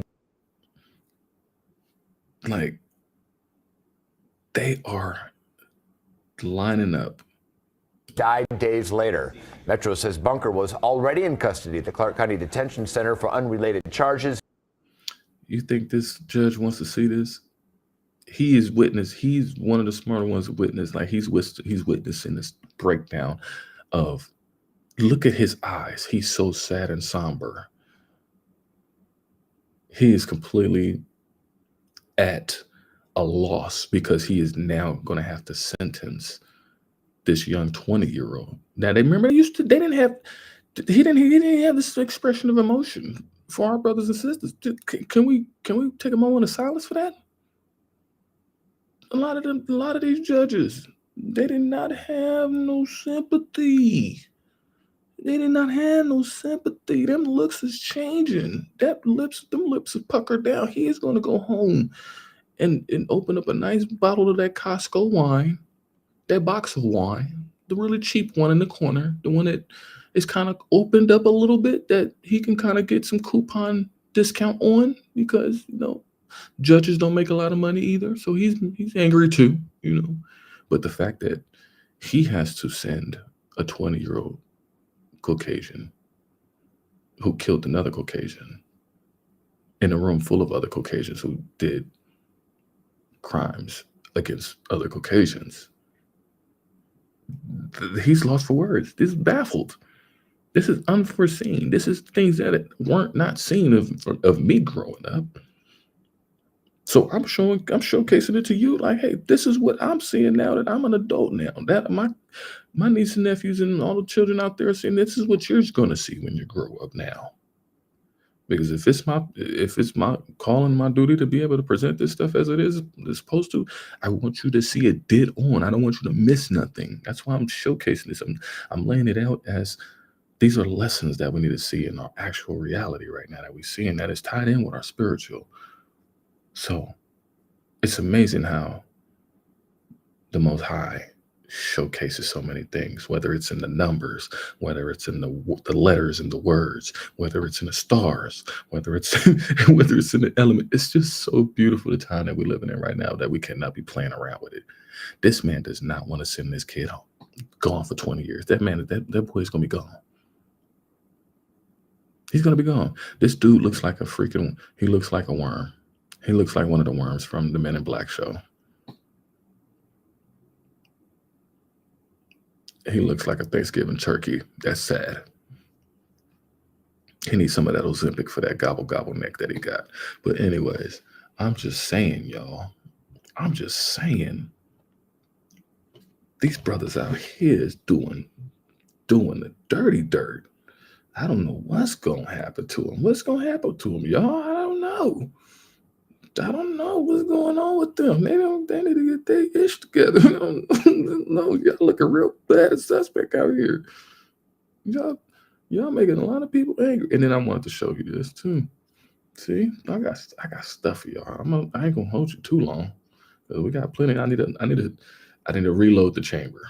You see what I'm saying? Because I got so many. I need to start like actually lining up these shows for you guys in better structured manner. But I think this is a good kickstart off for it, especially going into the new year. I want y'all to hold me consistent. That's my weakness, is being able to do this on a consistent basis, not being disturbed by what Esau is trying to throw in my way. Like I had to figure my life out this whole year, honestly. And it's things like this that kind of make you put things in perspective. Like I was out there and now I'm here, out away from the chaos. You see how much the Most High protects us? He has protected us, our angels, everywhere we go. These are not times to be playing around with, anything right now. Even my family members, they didn't want to listen. They did not want to listen. My friends did not want to listen. Everybody did their own thing. But it's like, you can't try to get everybody to be on the same page. It's not. And you can't cast your pearls amongst swine. And I'm learning that a lot more. So I love that I'm at peace, that I can be amongst beautiful people that be able to understand and actually see these things that I see, that have the same vivid, beautiful dreams that I have, who have gone on the same experiences and journeys, who are also trying to heal as much as I am. From all aspects of this, I don't speak like this as if I'm trying to shit on nobody, because I don't like seeing the same atrocities happen to any of these people as much as it happened to my own people. I don't wish this amongst my worst enemy. And it's like, hey, are you my enemy? And I look at it like, okay, hey, and that's why I put that in the song. If the devil's next door, would you love thy neighbor if the devil's next door? And I always had these riddle ass questions that made me sit there and think about this. Do you love thy neighbor if the devil's next door? And it's like, you really don't get that, because even for these people, they never loved their neighbor. I was your neighbor, and you didn't have that love. Matter of fact, you envied, you hated everything about me. And so now you're seeing we're not occupying their time no more, that they envy and hate their own. They envy and hate their own now at a full capacity. And I want to show you this. This is crazy.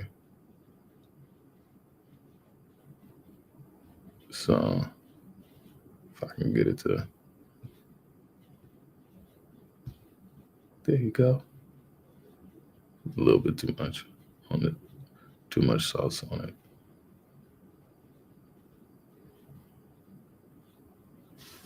But this is Heather Cianfrocco. She is denied medical care for corporate profit. Heather Cianfrocco. She is a CEO of Optum Health. Healthcare CEOs should not feel safe. So they are making it very clear that they are hunting. They are on their dog the bounty hunter. We're on our dog the bounty hunter. We're coming for all of y'all. So they're hunting down people who are of prestige, because envy. They're envy and jealous of these people. Like, how could you profit off of me? You're supposed to be of moral. You're supposed to be of moral ethic and moral integrity, and of good evangelical Christian values, and you should love thy neighbor. And I don't care if I was the devil next door. I don't care if I slept with your wife and your husband at the same time. I don't care if your kids were at the bottom of my basement. You should still love thy neighbor. We're the same. White power. But you're not seeing that anymore. You're seeing why these people come out full-fledged on every aspect for the last 4 years.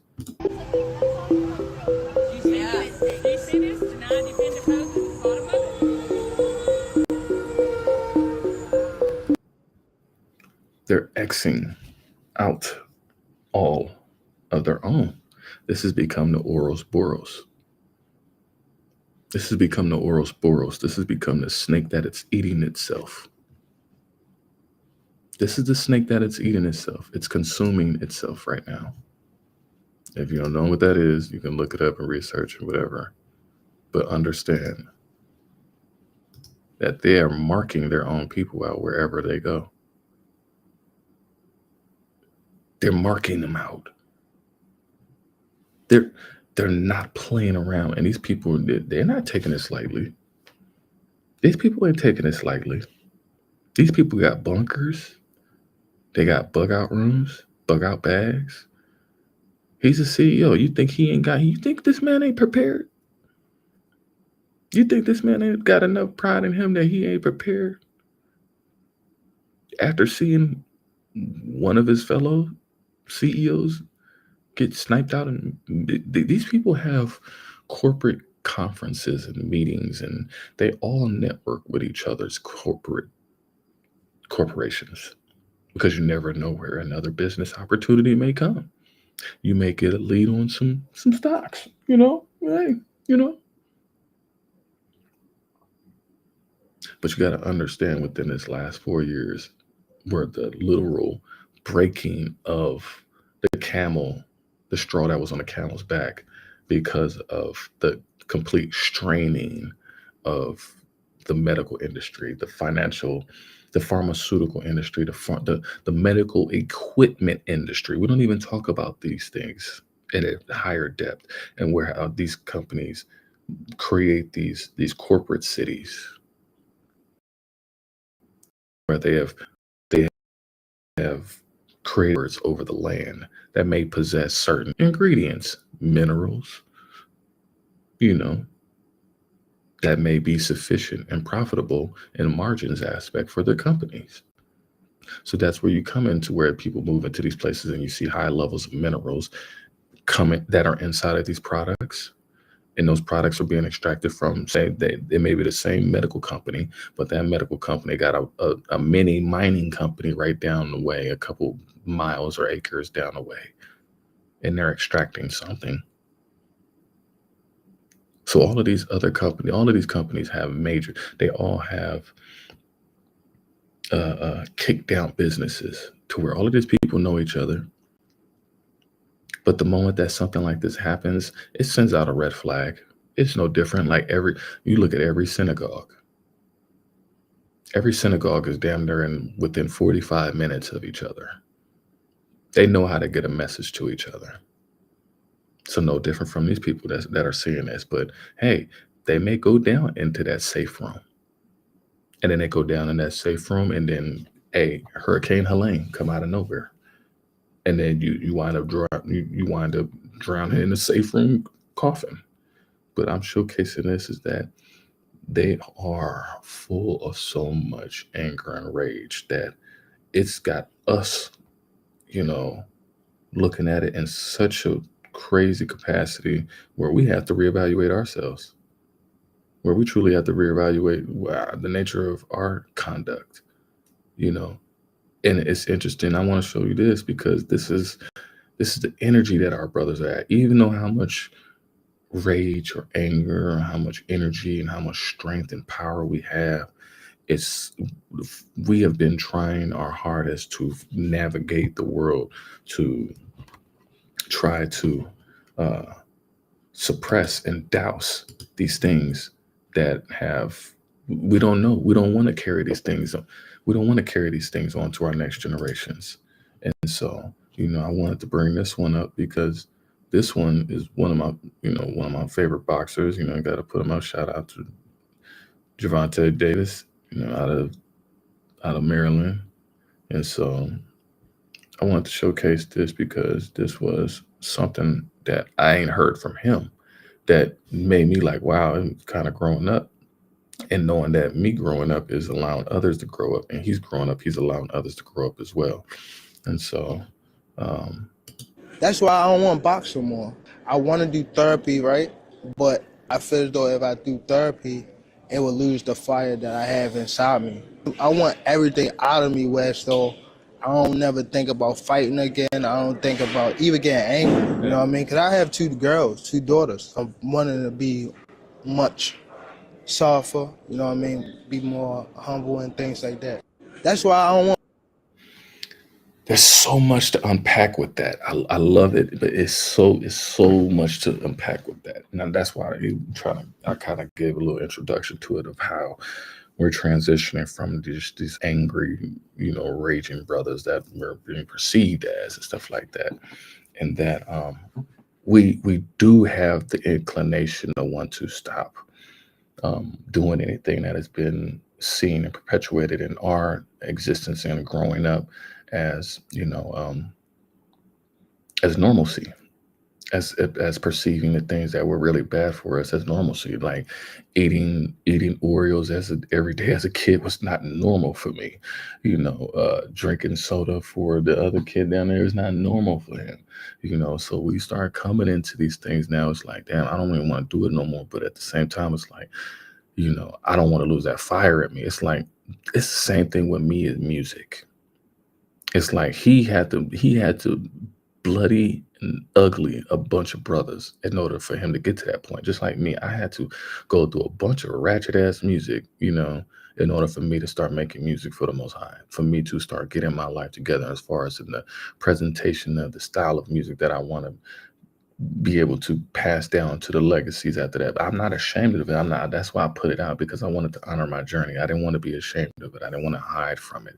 I wanted people to see where I was coming from, so they can get a greater understanding of, hey, I went through some stuff in order to be like this song. These songs are pages of my life, just like the fights for him are the pages in his life. Those are the most cherishable. Each one of his rounds, each one of his fights are like his babies, just like every one of my songs, every one of my beats, everything that I do, anything that I'm great at. That's a man. That's how men feel. That's how men think. We're so purpose driven. We're so passion driven by the purpose. And that purpose is to show thyself approved, to literally walk in the light that we are supposed to, the divine providence that we're supposed to be walking, the divine journey, the divine road. Simple as that. Doing anything that we're getting away from the sucker stuff, and then to be in those positions. See the thing, and it's I've been hearing this from the old niggas. The old niggas that be trying to argue with me, be saying like, oh, it's our fault that we know. You see brothers like this that he fought his own way, just like I fought and made my own way. I own 100% of my music, just like he owned 100% of his stuff. You see what I'm saying? This is what I'm sitting here getting over to.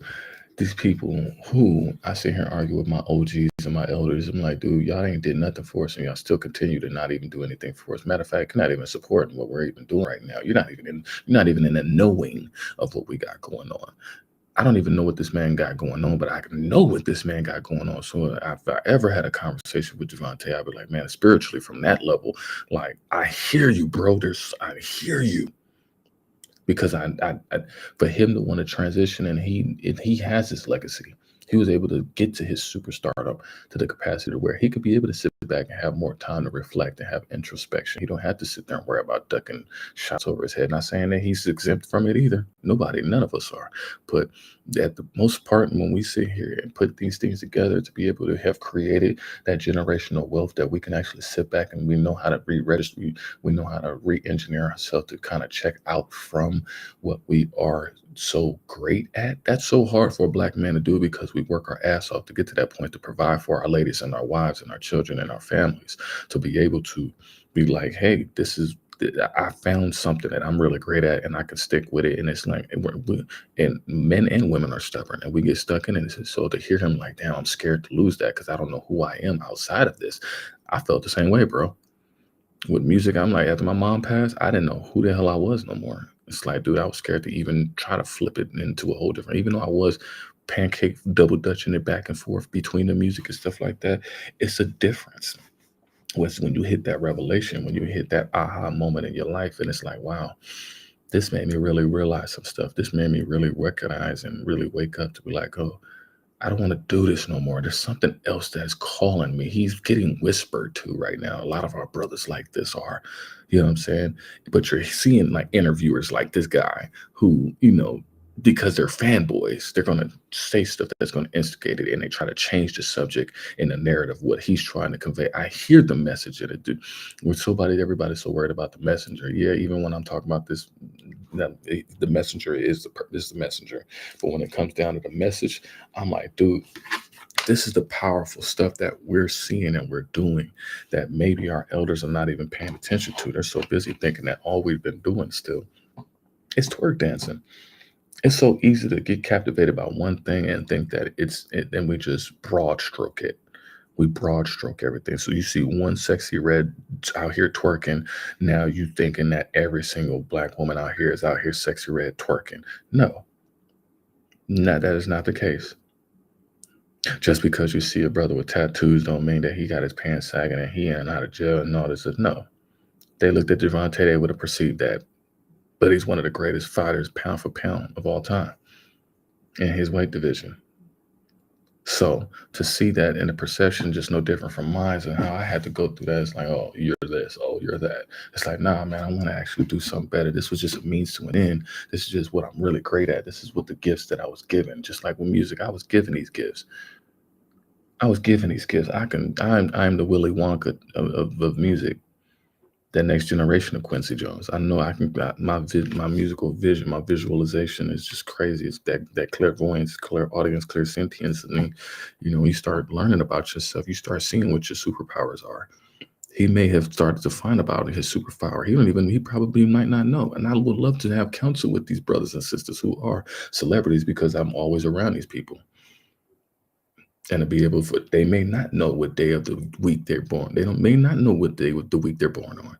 They may not know their guardian angel. They may not know the colors that they wear, the company that they keep. They have to be able to. The fact that he said that about his daughters, that he's inviting and welcoming the truth into him, into his daughters through him, because he know that he is the true extension cord, the true umbilical cord, a conduit to passing this stuff down. And he's being much more conscientious of that now, and knowing that he's not going to be in his own egotistical pride, saying that, oh, I need to stay out there and fight at 58 years old for a damn check. You know what I'm saying? It's not about that. Now it's tapping into something much more deep. I'm going to play it again. I want to box some more. I want to do therapy, right? But I feel... I did therapy. After my last relationship. I got literally cussed out by my ex saying that, oh, you need to get into therapy. Your ass is crazy. You ain't a piece of crazy either. Don't point the finger, lady. Watch your mouth. But just the fact that even going into doing it, it's like, wow, maybe I did need it. And I was thankful about that, because I may not have been paying attention to the signs when people are trying to tell you about yourself. You may not see the signs. You may be egotistical and prideful like I was in that moment. I don't need no therapy. And then I flipped the switch and I was like, damn, I do probably need therapy. You know what? I do need therapy. Maybe, you know what? I'm going to do therapy. You know what? I did do therapy. You know what? I'm done with therapy. And that's the point that I got to right now. I never would have thought I would have said that. He probably never thought he would have said that either. But it's 4 stages. It's the I'm about to stage. I'm trying. I'm doing, and I'm done.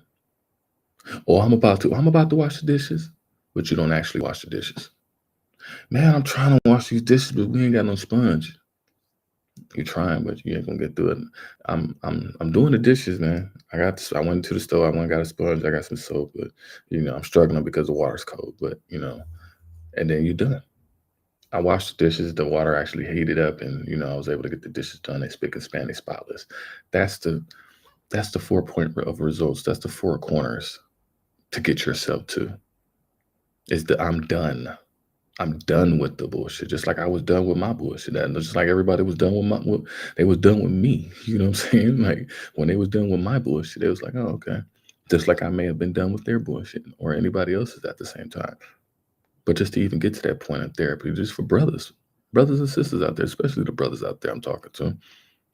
Hey, you need therapy in some capacity. You need to talk to somebody objectively. They don't know you. They can actually say something and see something, and you might not want to really hear it. It's a lot of things in therapy I didn't want to hear. But I needed to hear them, and I needed to hear them with a clear, concise ear and mind, decalcified. The fact that I was going through my spiritual shadow work of detoxifying my whole body by going through fast. I was fasting and repenting and praying like crazy while I was on the road this year and last year and the year before that. I had lost so many people in my life, friends, family, so it was very difficult for me to just have to flip the switch. You know, you get caught, you're operating in your talents with that anger, you know what I'm saying, with the things not dealt with fully. So he may have been in that ring dealing with some crazy stuff and may have gotten hit. And then I've seen this fight. He got hit maybe once or twice throughout his career. And he may have been off of his game because he may have been thinking on something else that may have, counteracted what he was trying to accomplish because he was distracted or he was dealing with stuff. We never know what people are dealing with. That's why people always sat there and judged me. They didn't know what I was dealing with because I did mask a lot of the pain and hurt because that didn't matter. It was about showing up and showing out. And that's what I showed up. I didn't just show up to just sit there and whine and complain and be on the bench and acting like I'm a real team player or I'm a real player in the game. And I'm way at the top of the bleachers in the nosebleeds.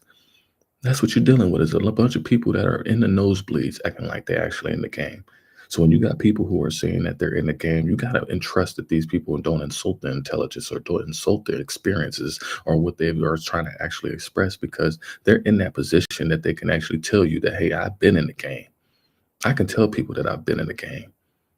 This brother right here can tell you that he's been in the game, and he's like, I need to do therapy now at this point.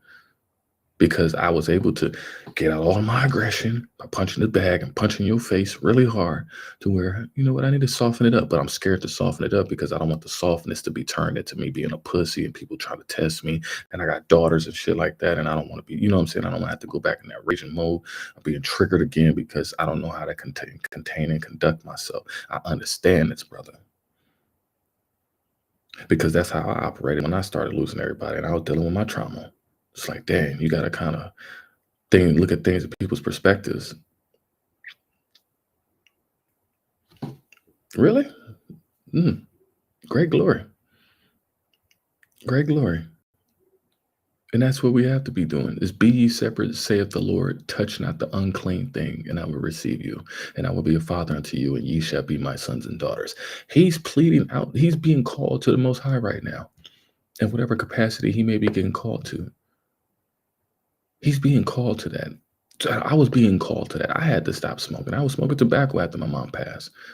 I was in a very substance abusive, domestic violent relationship when my mother passed. I didn't know no better. I didn't do no better. But that was my 7 years of burning bush. I came into my Moses. That's why I'm growing my Moses beard out now, because I had to go through that burning bush. I had to literally go through that. I had to get sharpened. I had to get this stuff scraped off of me. I had to go through that. So many of the people that I love and care about see me at my worst, and they left my ass alone because they was like, I'm disgusted at who you are at your worst. They was willing to rock with me when I was at my best. I got the party going, everybody smiling and laughing. Now, I got the jokes for days. But when I was really actually sad and really alone and by myself and really crying and really going through it because I had to deal with my father's passing, or I had to deal with, watching my grandmother die in front of me. It's just like, damn, like I'm dealing with something. Well, I don't give a damn what you're dealing with. Damn. That's when the trueness of people start coming out. And that's when you start being separate. You start pulling away from people who don't really understand or acknowledge what you're going through. And the fact that this man is in his own Ezekiel 33 by actually blowing the horn on some things right now. Blowing the horn on some things right now to where he's made his money. He can make more money actually because he's created a reputation for himself. And he carried himself as a very prestigious young gentleman that he's been able to create a lane for himself to open up doors for others. And that's what I've been trying to do with my music. I've been wanting to use my music to be able to catapult myself to a position where I can utilize the funds from it to start building Wakandas across the whole country, across the whole world. I wanted to put our brothers and sisters to work. I wanted to build 24-hour daycares. I wanted to build shopping malls. I wanted to build grocery stores. I wanted to build construction companies. I wanted to build real estate investment trust companies. I wanted to do a lot. And it's interesting because so many people throughout my life have always told me, man, you do it. You doing too much, or you do a lot. I've been through a lot, man. I'm sorry. I'm sorry. I can't apologize for that, but I'm sorry. I do a lot because I've been through a lot. Almost lost my life at 4. So from that point on, I just lived my life to the max like I was going to die today. And if I did die today, at least I lived my life to the max. And y'all can know that a brother was solid on what I stood for and what I stand on. and being impeccable with my word with the 4 agreements. If y'all haven't yet, y'all can read. I got that book on my page as well. I'm gonna finish up that book with the ending of that. I'm gonna finish up the book that I have, Initiation into Yoga. I have a couple chapters left on that. I'm still continuing my daily Bible reads as well. I'm going to be bringing another book to you guys as well. So you guys will be able to get a chance to see, my book collection and read my book collection that I feel like are some very important and valuable books, not only for the brothers. And I'm doing this really specifically for the brothers because I've written, and I'm saying that I'm keeping out the sisters. The sisters are the ones that are upholding me and keeping me here because you guys have brothers and uncles and, and boyfriends and husbands as well that need to see these, read these books, or, they may be at school, they may be at work, so I want to be able to provide that channel to be able, people can actually get a good read and get the good news, on the nation, on the nation's aspect. But I just wanted to play this because this was just so buttery to me, because I was just like, man, this is exactly what I've been trying to get to with my own self by releasing the music and getting to a point where I can start focusing on building the Wakandas now. So that's why I say 2025 it's such an important year. This year, every day, every moment, every second. So I don't take it for granted. But what we are trying to accomplish, what I've been trying to accomplish, is to keep building what I'm doing right now and getting better as a man that I am right now, and being better. I've gotten past a lot of the things that I may have gone through in my life. We all go through stuff. But we got to have more grace and mercy and patience with each other. A tree don't grow in a day. I'm a beautiful rose that grew from concrete.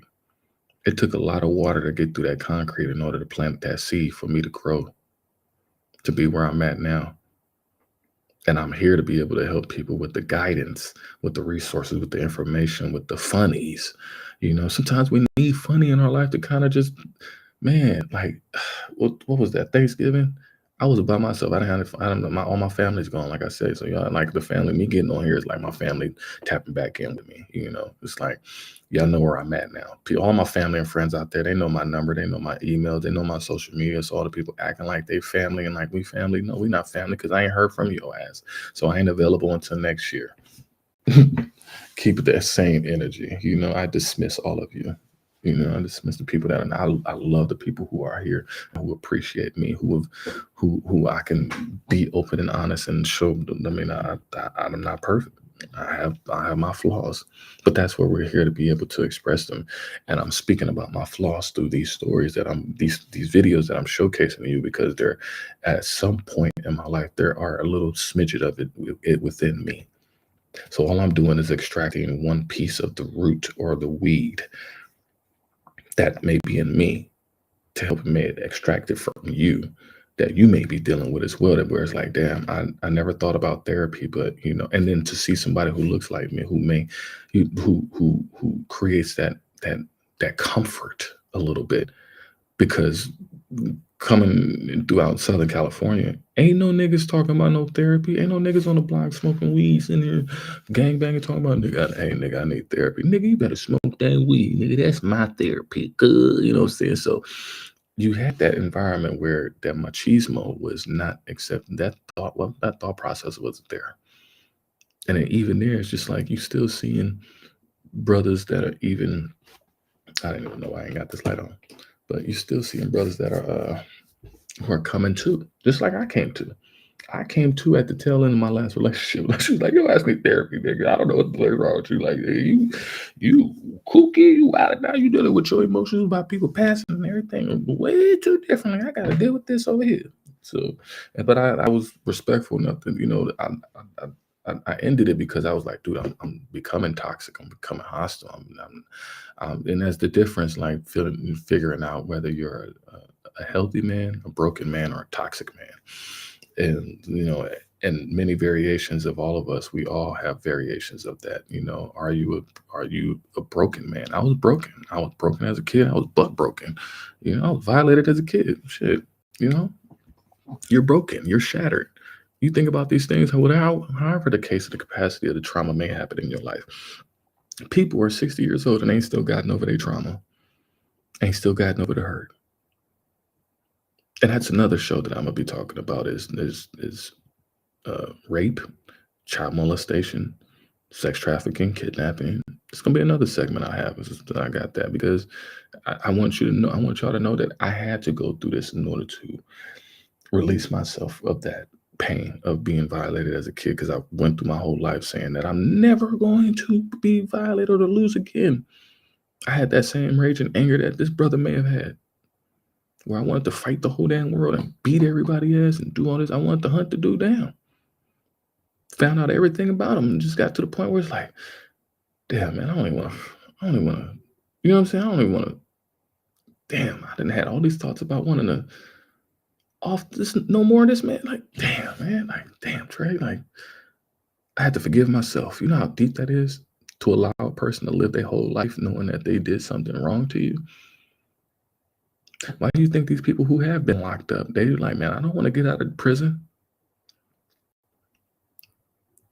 The man who violated me, he didn't go to prison for what he did to me.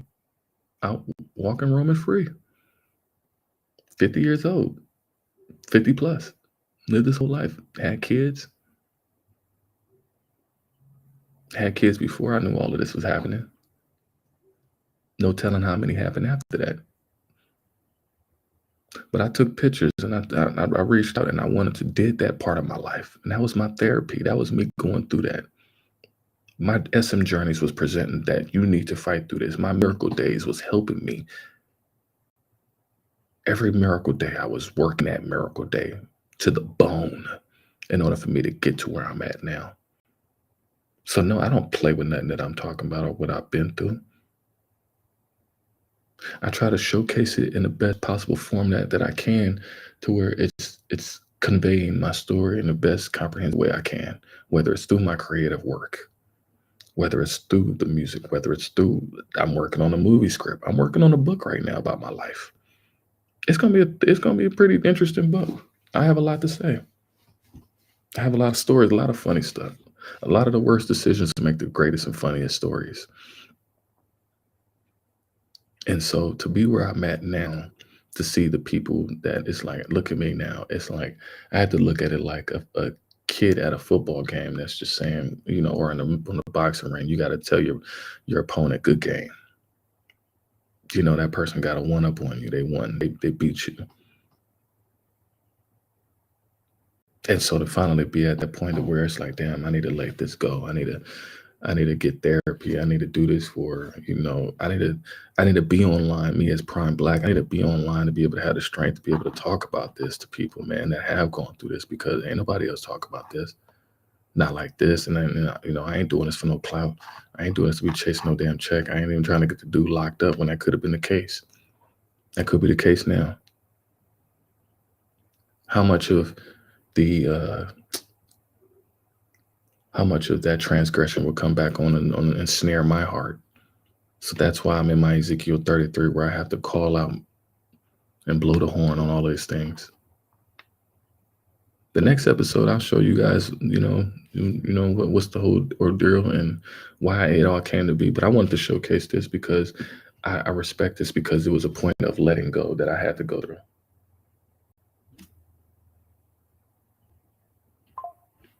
I had to go through that. Burger King is giving away free chicken wings or something like that. I don't know what it said on that. I get all these notifications on my computer. And so, yes, President Biden signs 50 bills into law. What you sign into law, brother? Let me see what you did.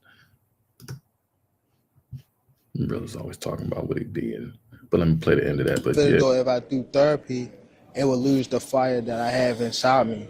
I want everything out of me, West, so I don't never think about fighting again. I don't think about even getting angry, you know what I mean? Because I have two daughters. I'm wanting to be much softer, you know what I mean? Be more humble and things like that. Being more softer and being more humble. Men are going to be openly honest with you guys. We're going to be transparent, and we're going to be transparent and honest. Most of the time we're honest, and the honesty is sometimes really not the best policy. We get ourselves in trouble because we're I watched a video about that. Dang, I gotta find it. But it was just like this lady was like honesty versus transparency, and she broke it down where it was like, oh, that actually makes sense. Where she was like the transparency, like, hey, I'm gonna be out at this event. One of the homegirls is gonna be there. Or one of my coworkers, she's a woman, she's gonna be there and stuff like that. That's transparency, comparison, and like, hey, she said something about, hey, I was at this. I was at the bar, but you wasn't honest enough. I don't know. She said it in a crazy way, but it's fascinating that we want to, as men, we're tapping into much more, not even the, I can appreciate him saying the softer, more humble side. It's not like, it's not emasculating. It's not effeminate to say these things. It's like, you're not going to tell him that, oh, you a punk or you soft. He going to knock your ass out. You know what I'm saying? Like, he going to let you know, like, hey, this is the same thing with Mike Tyson. You ain't finna say this to this man face and get your ass knocked out, So for men to say these things, and sometimes people don't, even the women in our corner, because you women are in our corner. We don't need you cutting us up. We already getting cut up because we got to fight these lions, tigers, and bears outside of the door. We coming back as providers and protectors to make sure y'all Gucci, so y'all can get that Gucci, because that's what y'all keep asking about. Damn. But I'm just saying, like, men aren't trying to at least open up. We're trying to be as transparent and as soft as we possibly can. But then you got women who are acting like straight big ass buff ass Debo ass niggas. Where it's just like, and it's because they have gone through their fair share of trauma, and it's like giving the kids at the Willy Wonka chocolate factory overindulging, and the women are being weaponized now, because it's like you can make $100,000 now from being a hairstylist. You know what I'm saying? You can make $1 million from being an OnlyFans girl showing, being a foot model. You know what I'm saying? So it's just like the capacity of money, for the trajectory of money between men and women, unless if you're not a superstar, like say like, the brother on the screen or anything like that. Yeah, you're a regular average Joe Smo. And a lot of these women are regular average Joe Smo, and people have these high expectations. Expectations are the gatekeepers to heartbreaks. That's what sets us up. We keep expecting, people to be these Denzels and these Boris Kojos and all these different things. But it's like, dude, I just want to be human. I just want to be authentic with you. I want to be myself. People be saying, oh, you just need to be yourself. You just need to be yourself. Well, you need to be yourself too, and take off that wig. You need to be yourself and take off that wig, lady. you know what's wrong. No, I'm just playing.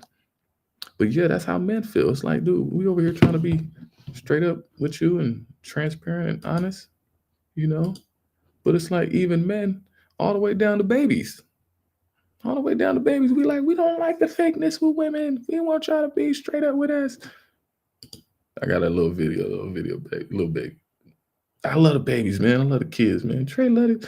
Brown, black, blooded kids, because they're the future, and I know what they dealing with. They're not as protected as they should be, And so I feel like I have to kind of provide that information to help them be protected too, because you got a lot of parents that don't know how to protect their damn kids, and they don't know where their protection gonna come from. So, but I found this funny though. I had to laugh at this because this is like every man.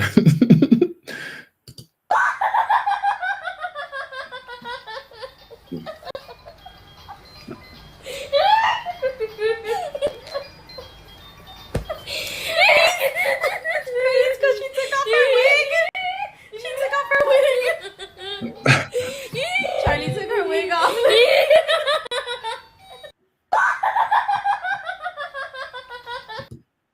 That's the look of every man.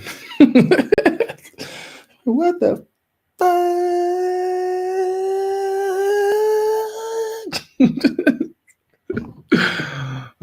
I be seeing all type of little funny baby movies. But no, it's we trying to get to a point in our life where we can be more homely, we can be more family, because we know that it's wild outside. We know that people out here tripping. We want to be. It ain't safe to travel. You just seen Azerbaijan plane crash, and not many people really made it. So yeah, you running into situations or scenarios where it's like, yo, it's getting dangerous being out here in these streets. I'd rather be home with my family, be at home sharing the time with my loved ones right now, especially. And it's crazy because this time of the season is always catered. It's predatory. It's predatory marketing and sales and all of that stuff, tactics. During this season, it just think about the babies, think about the kids, just think about it. But this was something else that I had another motivation. This dude said this. I'm like, huh. But I thought this was funny with the little baby though. This is like, what? What's going on here? For the day. The same boiling water that makes an egg turn hard will make a potato soft. So you need to dictate your environment and don't let the environment dictate you. All right. What's the quote of the day? The same boiling water that makes an egg turn hard will make a potato soft. So you need to dictate your environment and don't let the environment dictate you. All right. I say this because he stole that from me. I said that in college when I smoked so much weed. Because I used to cook for all of I used to cook for all the homies, man. I used to cook for all the homies. And I used to cook and I used to have these high-ass questions, man. It was just so funny. But we used to think like that. I used to think like that. And so he kind of had that. I was kind of like the motivation for the day, little word of the day, but I'm going to leave it at that. But I'm going to bring a lot more stuff back to you. I think I got one more. No, I'm going to leave this one for the next one because I think it's going to be it's going to be juicy. Y'all going to like this one. So I'm going to leave the one where it's Fat Joe. Yep. I got something to show about that. Because you're seeing how that last administration and the current administration is still current, but the push for this new vote blue no matter who, and the bringing out of the weaponizing of the other cultures and their figures, the political figures, not even political figures. They're just people that we know who are the celebrity heads. These people got paid lots of money. These people got paid lots of money to come out to try to coerce people back into the oppressively capitulative mindset that we've been trying to drag ourselves out. Now, most of 83 have been getting drugged between both sides of the party, Demon Crazy and Republicans, and for us as a nation, we've been pulling out from. You got others who've been like Green Party pushing forward and all that stuff. We've been like the ones who have been pulling back from extracting ourselves from everything to completely get a better lay of the landscape of what's going on out here. And so because we see that we're paying attention that all of these people who were like co-conspirators or people who were like speaking this frantic panic talk, like, oh, you need to vote for this. Now these people, it's like the veils are being pulled off of all of these people now. And people were like putting their own foot in their mouth, or their own horrible deeds are coming uncovered. And it's like people are being shown now. And so when we're seeing this, is that we're seeing a lot of people who may have been involved in these things.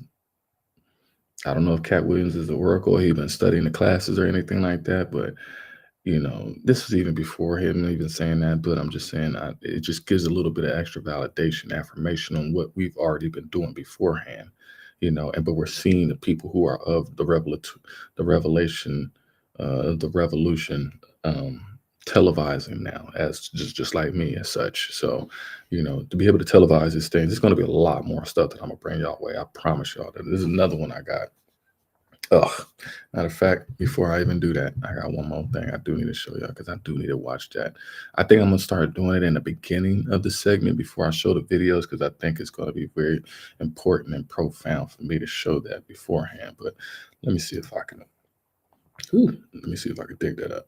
But yeah, no, I was going to show this was that President Biden has signed 50 laws, and I'm trying to see where how can I read on it? Oh, it's a video. Okay, so it is a video. Okay, let me play it. Let me see if I can play that one. Let me see if I can. Because if I'm gonna cut this one off, then I'm gonna just cut that one off. But that was interesting. I'm excited, man. I appreciate y'all, man. Y'all hold the brother down. No, let me see that. I'm gonna transfer it over here. Damn, I really didn't want to do that. No, I'm gonna keep it here because I can keep it as a share screen, and I'm gonna just keep it here, so I don't need to move over nowhere. But we're gonna look at this map, and I love this map. This map gives a lot of stuff. But let me see if I can share this one right here with him or Mr. Biden. I hope that he did not fall up the stairs. But dang, that's why it's gonna be a problem. Hold on, I know what it's gonna be. Before I even do that, y'all, let me see.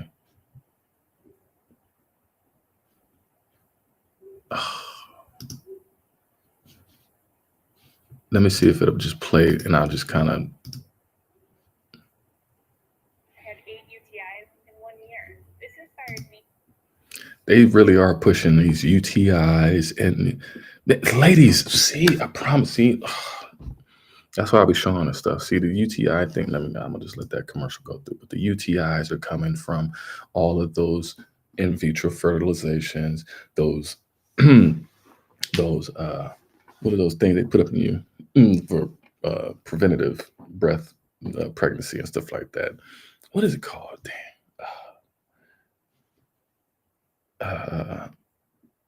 I call it the coochie tea. What is it? Coochie tea. It's coochie tea.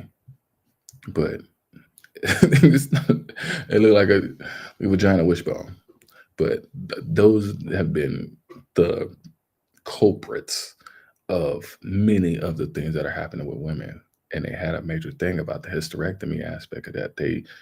These people were, oh man, the medical, there's a documentary on Netflix called The Bleeding Edge. It's called The Bleeding Edge. If y'all ever get a chance, check that out. Let me put that in the chat. Let me see. The Bleeding Edge. This is going to be fun, y'all. We're going to have fun. I got some stuff to be showing y'all. But then I got the Patreon. Like I said, I got Patreon. I got all type of stuff. The Patreon is going to have a lot more things like investments in crypto. I've made a lot of money in crypto, y'all. I got stocks. Game. Y'all need tips. Y'all gonna holler at me on the other side of things and I charge because brother got to pay these bills. So, but I've made a lot of people money with tips that I've had. Whether they applied them or not, I don't know. But I know I applied mine and they worked. So, anyways, but let me see if I can say it. It's not gonna play it, but I'm at least allow it to be shown instead of it because it's not playing through the. It's only gonna play through the tab thing. But anyways. So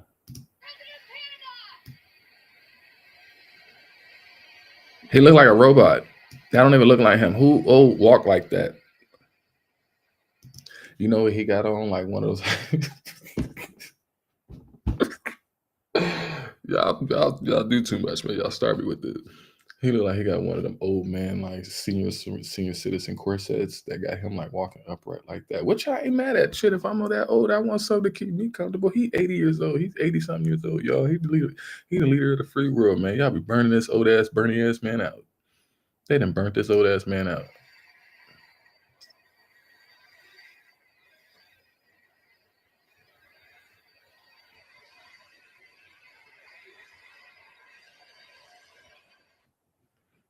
No lie, his movements look like he's a robot.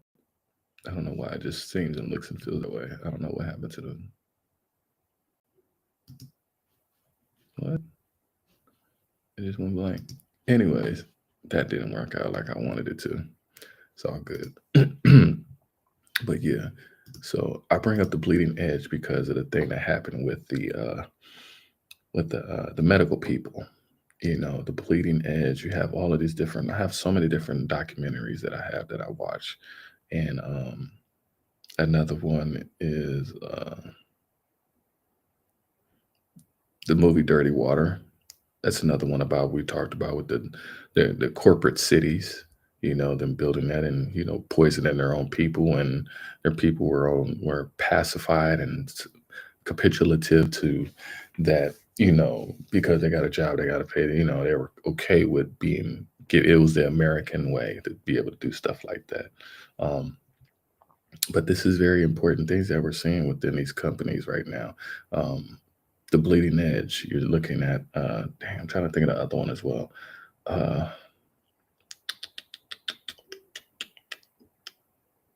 It's not the bleeding edge. It's about the CEO. Oh, I Care a Lot. Let me put that in there. It's on Netflix. Both of these are on Netflix. Netflix got some gems, y'all. Netflix. You got I Care a Lot with Peter Dinklage. And it goes to show, just like what you have with the medical profession, just like with the CEO of United Healthcare. You got a lot of these people who deal with stuff like that. They have, I promise you, when I was in Indiana is the craziest. Indiana. Anybody who lives in Indiana or know people that live in Indiana is Indiana. They poison their people. And the people are super okay with it. It's crazy. They put my mom in a hospice that was just not too far away from the illness. No, you good. It's she was not too far from the headquarters of Eli Lilly. And this is when I promise you, when I write a book or they make a movie about me, this gonna be epic. I promise you, it's gonna make people cry. I'm trying not to cry. I ain't finna cry right now, but I cry inside when I get off of this camera or I get off from work, anything like that, just because I know that I've come a long way, as we all have. But they moved her into a hospice, and that hospice it shouldn't even be open. She was only in there we only allowed her to be in there for 45 minutes because of processing and stuff like that. They had shipped her there while I was on the way coming back from working and try to get all this situated because she had black mold in there. The alarm had went off. I'm talking about the emergency alarm when they close the doors in the medical buildings and stuff like that, the real heavy ones. Why y'all make these doors heavy for these people not to be able to escape? Like, that door is heavy. Like, there was no way that no old lady who's in a rocker in hospice is going to open that door. Like, it's locked, like on some Resident Evil stuff. And you got these people that you shove them out there, and that's why I want people to watch the movie I Care a Lot, because then what happened with the United Healthcare, that ties in with that. Not saying that this dude he's 20 years old. In their 20s, it's funny you watching that. That's why I'm showing you this. They're weaponizing their youngins to fulfill out their stuff. You see what I'm saying? They're sending them out. I'm watching. I'm looking at the information. I'm like, they're getting sent on little missions. So even with the movie I Care a Lot, I'm not going to spoil the movie, but you just go watch the movie. It's a dope movie. I Care a Lot, Netflix, The Bleeding Edge, very informative. It's a very good one. I say that because The Bleeding Edge, because of the medical stuff that they was doing with my mother. She was treated like a guinea pig.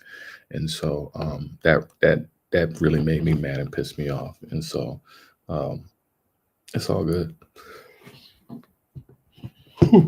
And so with this movie in particular, it ties in with this dude. Now, he's a youngin'. He has no reason that he's healthy as an ox, but ain't no telling how he got affected or who it affected with him doing that, but you have so many of these people going out on these martyr renegade missions, and trying to, get a statue built for them.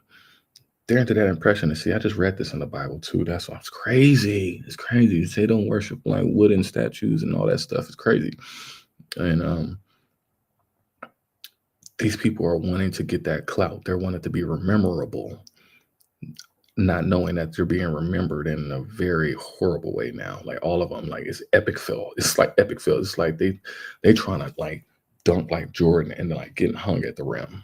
It's like badly, like crack your arm, break your neck, break your back, all of that. It's just like, wow, you went down bad. Like that was not how you try to be rememberable. You know what I'm saying? Like you don't dismember your girlfriend's head to be rememberable. There was a video on mine. I wasn't finna show y'all that. It's certain stuff I'll be trying to show it just for, you know, the like I said, there's a lesson behind it, but then I gotta understand like the shock value and stuff. I don't want people to get squeamish about it, even though it's not squeamish. But when you get a visualization that, oh, this person, somebody, oh, you're like, oh my goodness, why would they do that? You know, it's because it's those levels, and then it's the wine and spirits right now, and then you're looking at this Fulio, the Pope, opening up doors that he don't even know. This ain't no damn deal or no deal. This ain't no Price is Right. This ain't no let's make a deal. This ain't no just you can just open up door number 999 and you waking up Ghostbusters, homie. These people doing stuff they ain't got no clue doing. They've been doing that CERN. It's been epically breaking apart and falling apart. And it's been stuff that's been flying out and in and out spiritually. For the last 4 years, there's been stuff going on spiritually whether it's entities going inside of these animals, and these animals are attacking them. It's crazy. What game is that? Far Cry.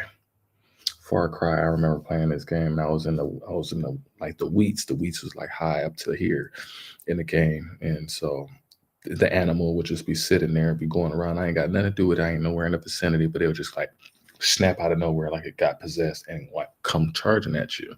And so there was a video of this dude in was it Colorado? I want to say Colorado Springs or something like that, Denver or whatever like that. But it was in the mountains. And a mountain lion came out. I know this was in the beginning of COVID type, but this was like the first one of the inclinations that let me know, like, oh snap, this is not Jacob's trouble no more. Like, what's going on? The animals are attacking. I didn't know all of the 10 plagues of Abraham at the time, but I knew some of them. But I knew that the beast, the beast would be their grave. I knew that. That's why I was like, oh, they're getting attacked by animals. There's another video that I'm gonna show next time of this guy dying by a bear. He didn't even like. I'm gonna show it. Y'all gonna appreciate it, but that's what's been going on with all of the 10 plagues, like truly happening right now. And so it's just we're finally being woken up to all of the things that are going on right now, and to see like the medical profession, like the insurance. There's another. I got another one for y'all. I promise you, I'm about to load y'all up. This one, I came a little bit ill prepared. I had some ready, but I didn't do my whole full, present preparation. But starting this next week coming up, I'm gonna definitely have some videos already ready and locked and loaded for you guys. I might not do like the pre-recorded ones, maybe, unless that, I might, if I may do it, I may just be in a chat with you guys, but it'll be probably pre-recorded with all of these videos, just to bring out all of this information, because it's so much, because I want to make sure that I still stay with the book studies and doing the Bible just reading, and I still got other stuff. I'm still working on everything, but this stuff in particular, I do this because it's like, man, I was given so many lessons or information out of these videos or articles that I may have read that are teaching lessons for our people. Like, okay, we're going into this new year knowing that we need to get equipped mentally, emotionally, psychologically, financially. We need to be able to get locked and loaded and like start focusing and honing in on what can we do to bring everything together, finally. Within ourselves and collectively, what can we do to find we're past the brainstorming or the like coming up with the thoughts. We have to have more concrete. So that's why I can have these conversations in private about one of the things that I want to work on or establish. And so it's just a matter of now pulling all of our resources together and seeing how we can really make this work. But knowing that, right now, I'm inside and I'm enjoying the peace and quiet that it is needed and necessary during this winter solstice, because now we're about to get back in the game, baby. We about to get back in the game, and we need to be ahead of the game. We need to be knowing that while all of these people are distracted, they're going to be extra distracted. They don't know what's coming. They don't know what's hitting them. You're talking about eclipse. You're talking about weather patterns that have never happened before. I'm watching them right now. I ain't even talked about the earthquakes. I didn't even show y'all the map. I ain't even show y'all nothing yet. But I am. I just wanted to show y'all a little bit of this little funny stuff, just kind of give a premise of what I got going on. But like I said, I am showcasing many different things. I'm shout out everybody stuff again. Like I said, we have many things coming away. Like I said, I got the hats. People can order the hats, the t-shirts, the website is going to have different products up there. Like I said, I'm going to be able to distribute and being able to provide for ones that are looking to finally, go on their journey. I want to be the conduit. I want to be that gateway, that safe space that kind of helps our brothers and sisters that have not gone on a journey, period. I've gone on 20 years worth of journeys, y'all, to get where I'm at, to where my mind has gotten clear. I didn't need nothing else but what I needed to do that was presented to me by the Most High, to be able to get to the point that I'm at right now, to be so clear and concise and punctual and impeccable about who I am and my word and my actions. I'm not perfect, y'all. I'm not nobody's role model. I am a humbled man. I'm a humble servant of the Most High God at this point in my life, knowing that I came from so much and I lost so much to only gain such a special relationship with Mama Ruach, with Mother Nature out here, being able to be amongst the elements, to be able to deep cleanse and deep rinse me, as we all need to do that, to be able to defy the opinions and the persuasions of the world around us, to be like, fuck that, I'm listening to the Most High, like I'm not gonna, just knowing that you cannot break that, and knowing that you have to detox yourself out of the toxicity of ourselves. I showcase these things because these were definitely parts of remnants that was in me that may have jeopardized things in my life that we can't choose our consequences. We can't negotiate at the pearly gates. Many kings and queens before us have tried to pay with all of their riches and glory to get into the kingdom of heaven. That is the misnomer that I'm trying to help my brothers and sisters to bust that cloud. Like, hype is what it's all about. It ain't what you see. It ain't what you think. It ain't what you heard. All that stuff that we put in front of us right now, that has been put in front of us, we have to change. That change is going to come inevitable. You have the option to grow. You have the option to be at this point, you need to be the best risk management professional that you possibly can be. It's mitigating this and slowing it down until it comes to a very slow boil and it stops. Because all of my foolishness had to stop. I had to stop being insecure. I had to stop being angry. I had to stop not being confident in myself and my abilities and trusting in what I'm capable of doing. I was living myself vicariously through other people's success, as if my success would come through others like that. No. I kept getting in my own way. I wasn't fully expressing my talents because maybe I may have been scared because of how people may think or see or perceive me, which has never been that much of an issue to me, but it was there. And these are things that we have to kind of work out, just the subtleties of them, because sometimes we may not want to truly give credence to them, but that's when you go through that breaking down and with that humility brush is just going to rub and scrub all of that into you. It's going to deep clean you.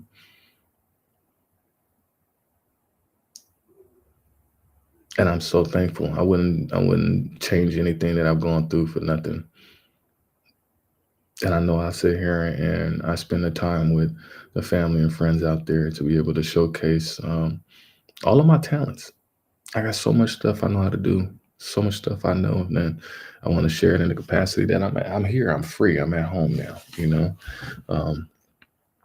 and we need to be able to look out for each other. We need to be able to keep informing each other. We need to keep consistently meeting up and gathering up and seeing what's going on out there so we can be aware. I'm gonna show y'all this map. I keep looking at it. It just looks so amazing. I ain't gonna play around with y'all.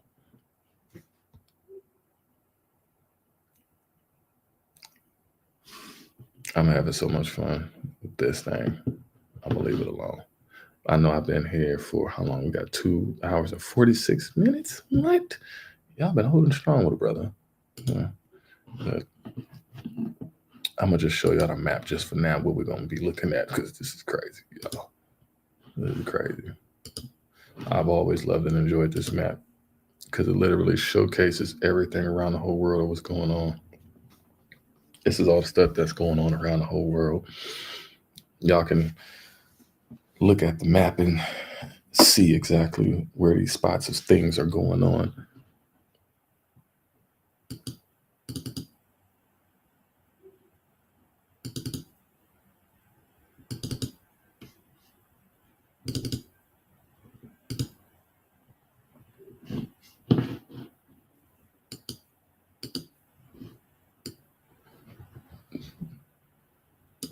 What is that? So what's going on in Miami?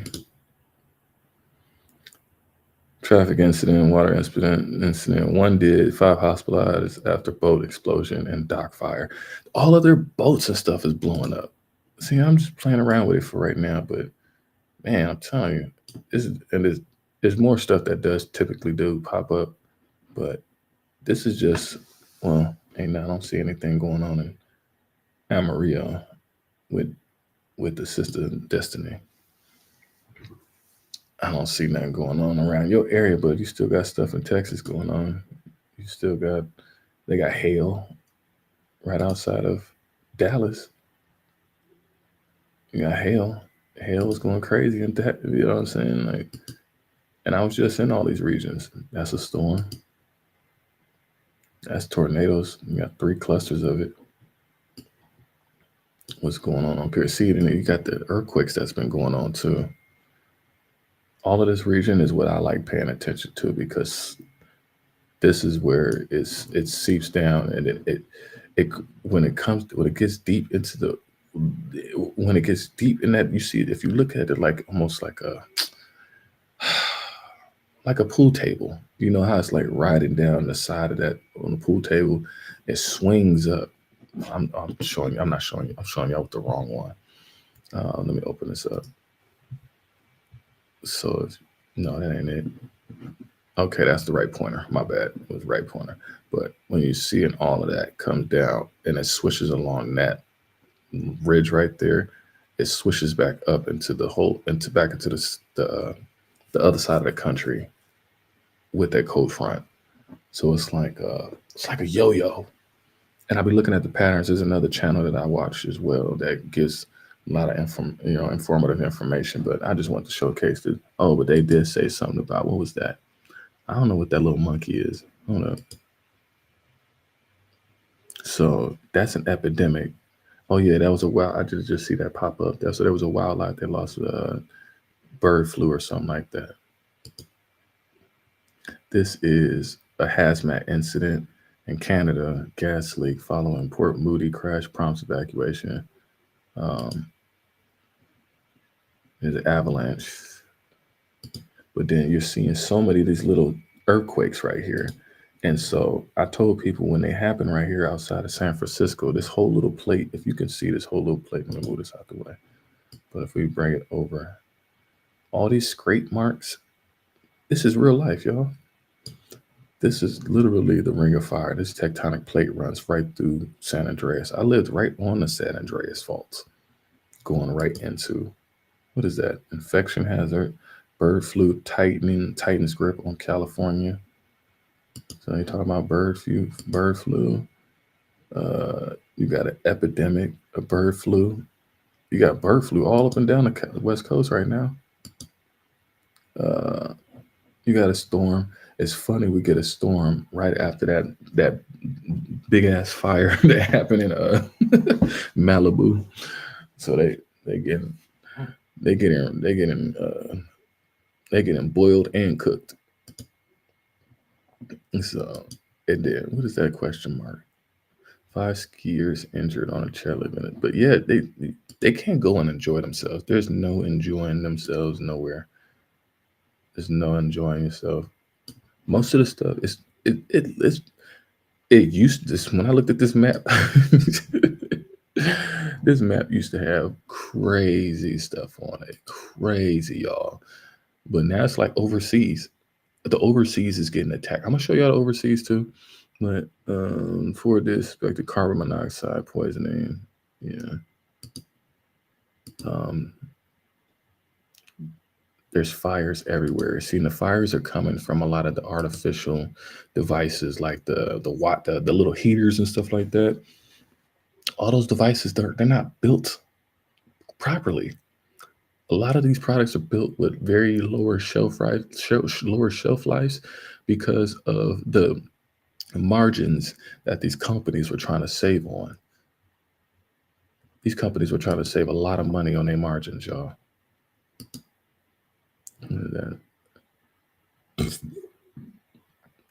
Fire destroys Maggie Valley Motel weeks after recovering from Helene.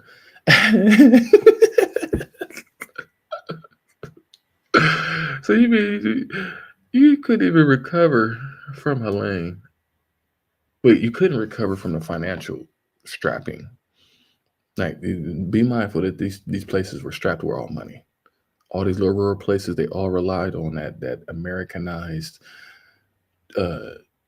traditionalized version of consumerism that they're like trying to export or sell by retail value the American dream in that capacity. So many of these places got hit. They lost all their money. Then they get either burnt out, get flooded out, anything like that. But I'm showing you this because they're showing you like it's La Palma. Thank you for saying that, sister. I watched it and I was thoroughly impressed by that show. See, y'all not gonna make me get off of here. Y'all gonna have me on here all night. I love it though. I'm glad though. But La Palma was amazing. It was what was that? What they was talking? The Portuguese, not Portuguese. What was they talking in? Portuguese? No, they wasn't talking Portuguese. Was it Portuguese? Something I forgot. But it was in English to me. But that family should have been dead in the first 5 minutes of the damn movie. How that girl survived, I know. Okay, people who ain't watched La Palma, it's spoiler alerts right now because she just brought it up to me because this is such a significant point because you brought up that when you're having. Okay, so with that being said, I'm gonna bring it all the way over here to Hawaii. Now, if you look at over here at Hawaii, you're seeing that there's volcanic eruptions. Now, there's been volcanic eruptions across this whole world all throughout this year, like crazy. Like the spewing, like these volcanoes had diarrhea this year. You see what I'm saying? And so for it to go back to like, okay, let me see what this is. Everybody found a wheel well of Chicago. No, that ain't. Well, I don't know what that is. Volcanic eruption on Kilauea. Did I say that right? Excuse me, Hawaiians. I don't know. Y'all gonna have to put me on your verbiage. But volcanic eruption again. This cluster represents 5 events. Oh, so there's 5 events that happen. Oh. Can I zoom to it? No, I couldn't. Oh, I can. Oh, that brought me all the way to it. Oh, well, it's just a cluster of the 5 events then. It's just what it is. But let's pull out some of that. That looks beautiful, though. Oh, it looks so beautiful. I love when it just gives you that view. But then you start pulling out, you start seeing interesting things that may happen on that. That's not the only volcanic eruption that has happened on like there. You see what I'm saying? But the way that it's built, don't it look like La Palma? Like it ripped off the side of that, and then you look underwater, like that's a whole mountain. Like you could see you could see the whole formation under the ground. That's just amazing. How much is not even seen under the water? You know, like that's just fascinating. How deep is that? Like that's over the ground, but like just even on the edge of or even on the edges of the islands, that's that's deep. When you're in the water, you know what I'm saying? Like you get in the water, that's deep. That's wherever that shelf is right there. That's at least 50, 100 feet down off of the shelf. Like right here, let me put the arrow right here. This shelf right here, that right there, that's at least 300 because you're coming off of the water right there. Now you got steep parts that go like this part is getting blasted with waves. So ain't no telling because you gotta look at the honeycomb thing. So that's the reason why I was saying that. But for it to be smacking in this, and this looked like just like La Palma, where half of that mountain cracked off in the movie and created a tsunami wave that devastated and flapped around the whole country, around the whole world, really. So let me pull that out because that's not the only one that's happening. But I like looking at this map because it shows you such a definite part. Like these look like scratch marks, like some animal was racing at the bottom of the ground or something like that, Like it's just fascinating. I just love looking at this map. But let me pull back out. But that's the Ring of Fire. That's the whole Ring of Fire. Look around the whole Ring of Fire. You got an earthquake, you got a volcano eruption right up here at the top. And that's always happening. This is like, it's like a clothesline. If this clothesline was to shift, that shifting would happen right here, right outside of San Francisco. San Francisco is literally right outside of it is the pin, the linchpin for that going on. But look at the rest of the world. You can name it in any other place down here that y'all want to see that, but the whole world is on fire right now, all throughout the whole Middle East. Look at India. India, look at the wow. Look at all of Europe. Iceland has erupted almost like 12 times this year. It said this one particular place has erupted 7 times. Iceland volcano on Iceland Peninsula erupts for the 7th time this year. I thought it was 7. I thought it was 10.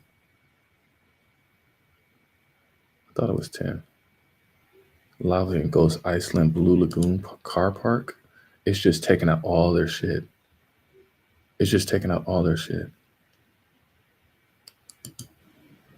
Like it is active. Like this is crazy because if you're looking at all of these plates and you're looking at these shelves, like many of these places used to be underground, and the places that were underground used to be up. So to see like lava approaches iconic Blue Lagoon, like this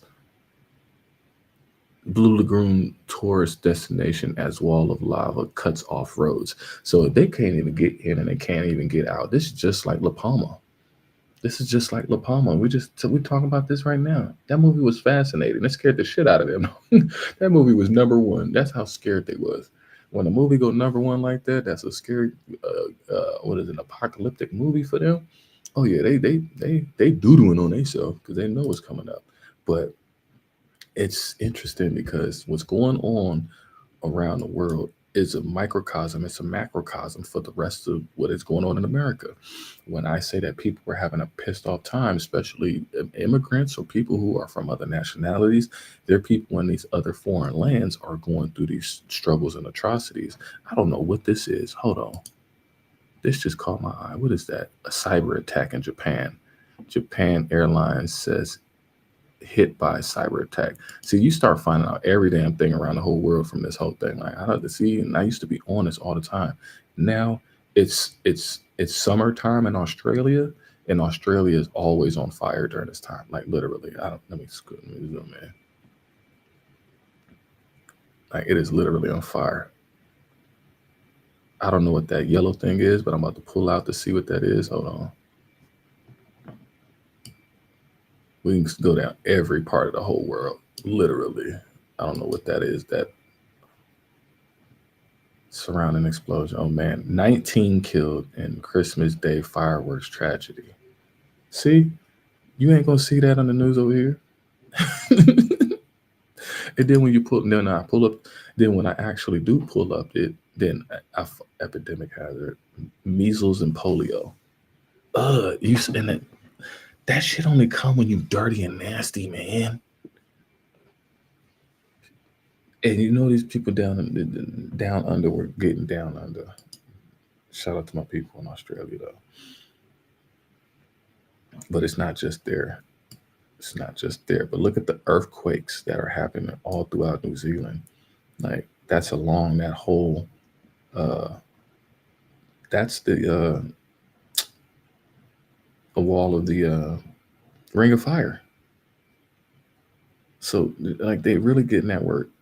I love this. I don't know why it's zooming in all the way on me. Zoom out, y'all.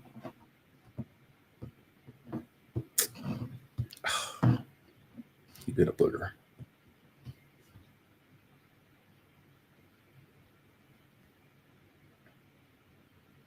All right, let me get this together. All the way out. All right, there we go. It wasn't locking in. But yeah, we can go. Oh, and the funny thing, I saw another video. So the Rio de Janeiro about the church and state. So that ain't it, but the sulfuric acid collapse of bridge. Who is this? How does this person keep getting in? Oh, they on my kick. So they're on my kick. I don't know who that is on my kick, but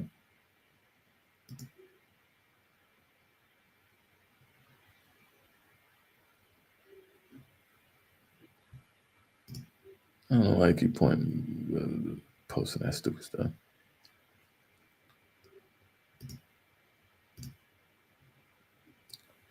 Anyway.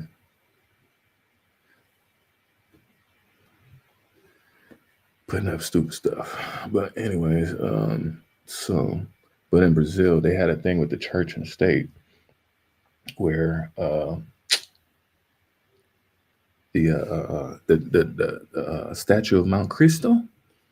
Now Brazil, they're in control of the land, but they said the church of the Vatican, like the church, they're in charge of the maintenance of it. But because Brazil ain't been keeping up with the maintenance of the land, the church wants the land. The church wants the land back so they can be able to be in control of that whole capacity of making sure that it's not that they do their right. Everybody's complaining about stuff now. You see what I'm saying? Like that's what I want to bring up is that everybody's getting up in arms about their stance or their validation. They're feeling as if they're valid. They need to be validated for certain things. Hold on one second.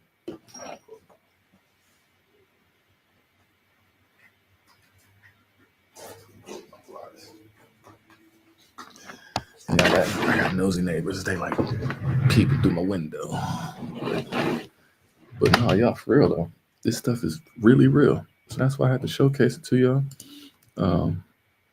We got what else do I got on here? Take a look over. I'm just looking over here, man. Like just all along the Ring of Fire. That's what I'm paying attention to, because we're about to get all this weather. That Ring of Fire right there for me is telling me a lot. That Ring of Fire for me is telling a lot. And so I'm gonna do a lot more studying on this and bring up some more stuff that's going on a global scale. We even got stuff going on in Antarctica. What's going on out there? You got storms. Pretty much that's all that's gonna be going on out there. You just got storms. Those are just storms going on. But these storms are creating earthquakes. You know, like they're really creating earthquakes, and you know, I'm just showcasing that just because it's just like they getting it, y'all. They're getting it, you know, in every way. That's why I'm trying to showcase it in every way, because it's like, yo, this ain't just no one-off. This is just not one weird incident, one that's mass shootings going on right now. It's just so freaking much that I ain't mad at Big Lee. Like, he like, man, it's too much. It's too much shit. I need help. I need assistance. But he got the brother. I'm here to, do my little part. Bring a little, get insight from my perspective of what I see on things too. Because it's like I traveled this whole country and I met so many people that it's like, okay, I need to start tying some of these things two and two together. I've met people from Iceland. They told me everything about Iceland. I met people from Iran. They told me everything about Iran. I met people from every single one of walk of these parts of life. So to have a very reasonable voice of reason, I trust what I say. I know that I'm going to be impeccable with my word. I'm not going to be slanderous in that capacity, where I demean and compromise to where it's seeming malicious in the capacity to where I'm, it's defaming a person where they're going to try to come back and try to sue me because they're a crybaby. Because the truth is the truth. So you can't be crying to me about the truth. That's already, you put it out there. You put it out there for me to sit there and point that same finger at you that you didn't point it at, but there's three pointed back at you. There's been multiple fingers pointed at you, but I'm going to let this marinate. But yeah, man, this was dope. This is another time where I'm gonna be doing a lot, even with the brother Yehoshua music. We're gonna be making a beat, making some music. We're gonna be working on a project together as well. So we got some stuff moving, in the right direction. But like I said, I hope everybody's been good during this time, being with family and just being grateful and appreciative of how much the Most High has operated and spared us and saved us and shown us favor. Our guardian angels have been of the utmost importance. Everything that we have done has been of the utmost importance. And I don't want to take that for granted. I don't want to not fulfill, what is destined and ordained for us to be able to walk in our truth and not be scared about these things. This is Ezekiel 33. That's why I'm gonna keep saying it. Like, I'm not gonna be afraid or ashamed or scared. People gonna have a bunch of shit to say, bite back, rebuttals, whatever the case may be about what I'm doing or what I'm saying. It don't matter, y'all. This stuff is already happening without me even having to put it out there. It's already happening. I don't need to do any of this. I don't have to say any of this. I'm not looking to get no clout or nothing like that. I'm here to make sure that we protect ourselves. And that we look at it and we learn and we figure out what we need to do for ourselves to make this better.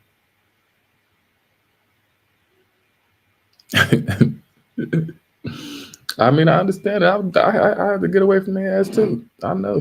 Sometimes you got to get away. You gotta make a way.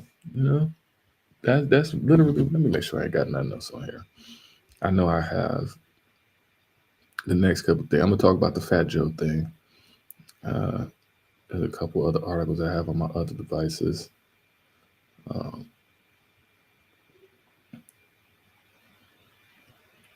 There's a hidden agenda to make have our Black women fighting up against each other right now. It's a thing about having our Black men fighting up against our young women. Everybody's getting in everybody's business now, and you're starting to see a lot of the interracial relationships start to really develop into the wrong thing. So I definitely got some stuff to talk about, and so it's 5 o'clock here where I'm at on the West Coast time. So I'm gonna get me a little snack in my stomach, and I might come back. It's early in the night. It's early in the night. We off. I'm celebrating. We got stuff to do. We got stuff to talk about. But I'm still working on all my stuff. So yeah. But in the meantime, hope everybody's good. And I will be back with some more juicy, funny, hilarious, crazy stuff as well for y'all. So enjoy your night. Until then.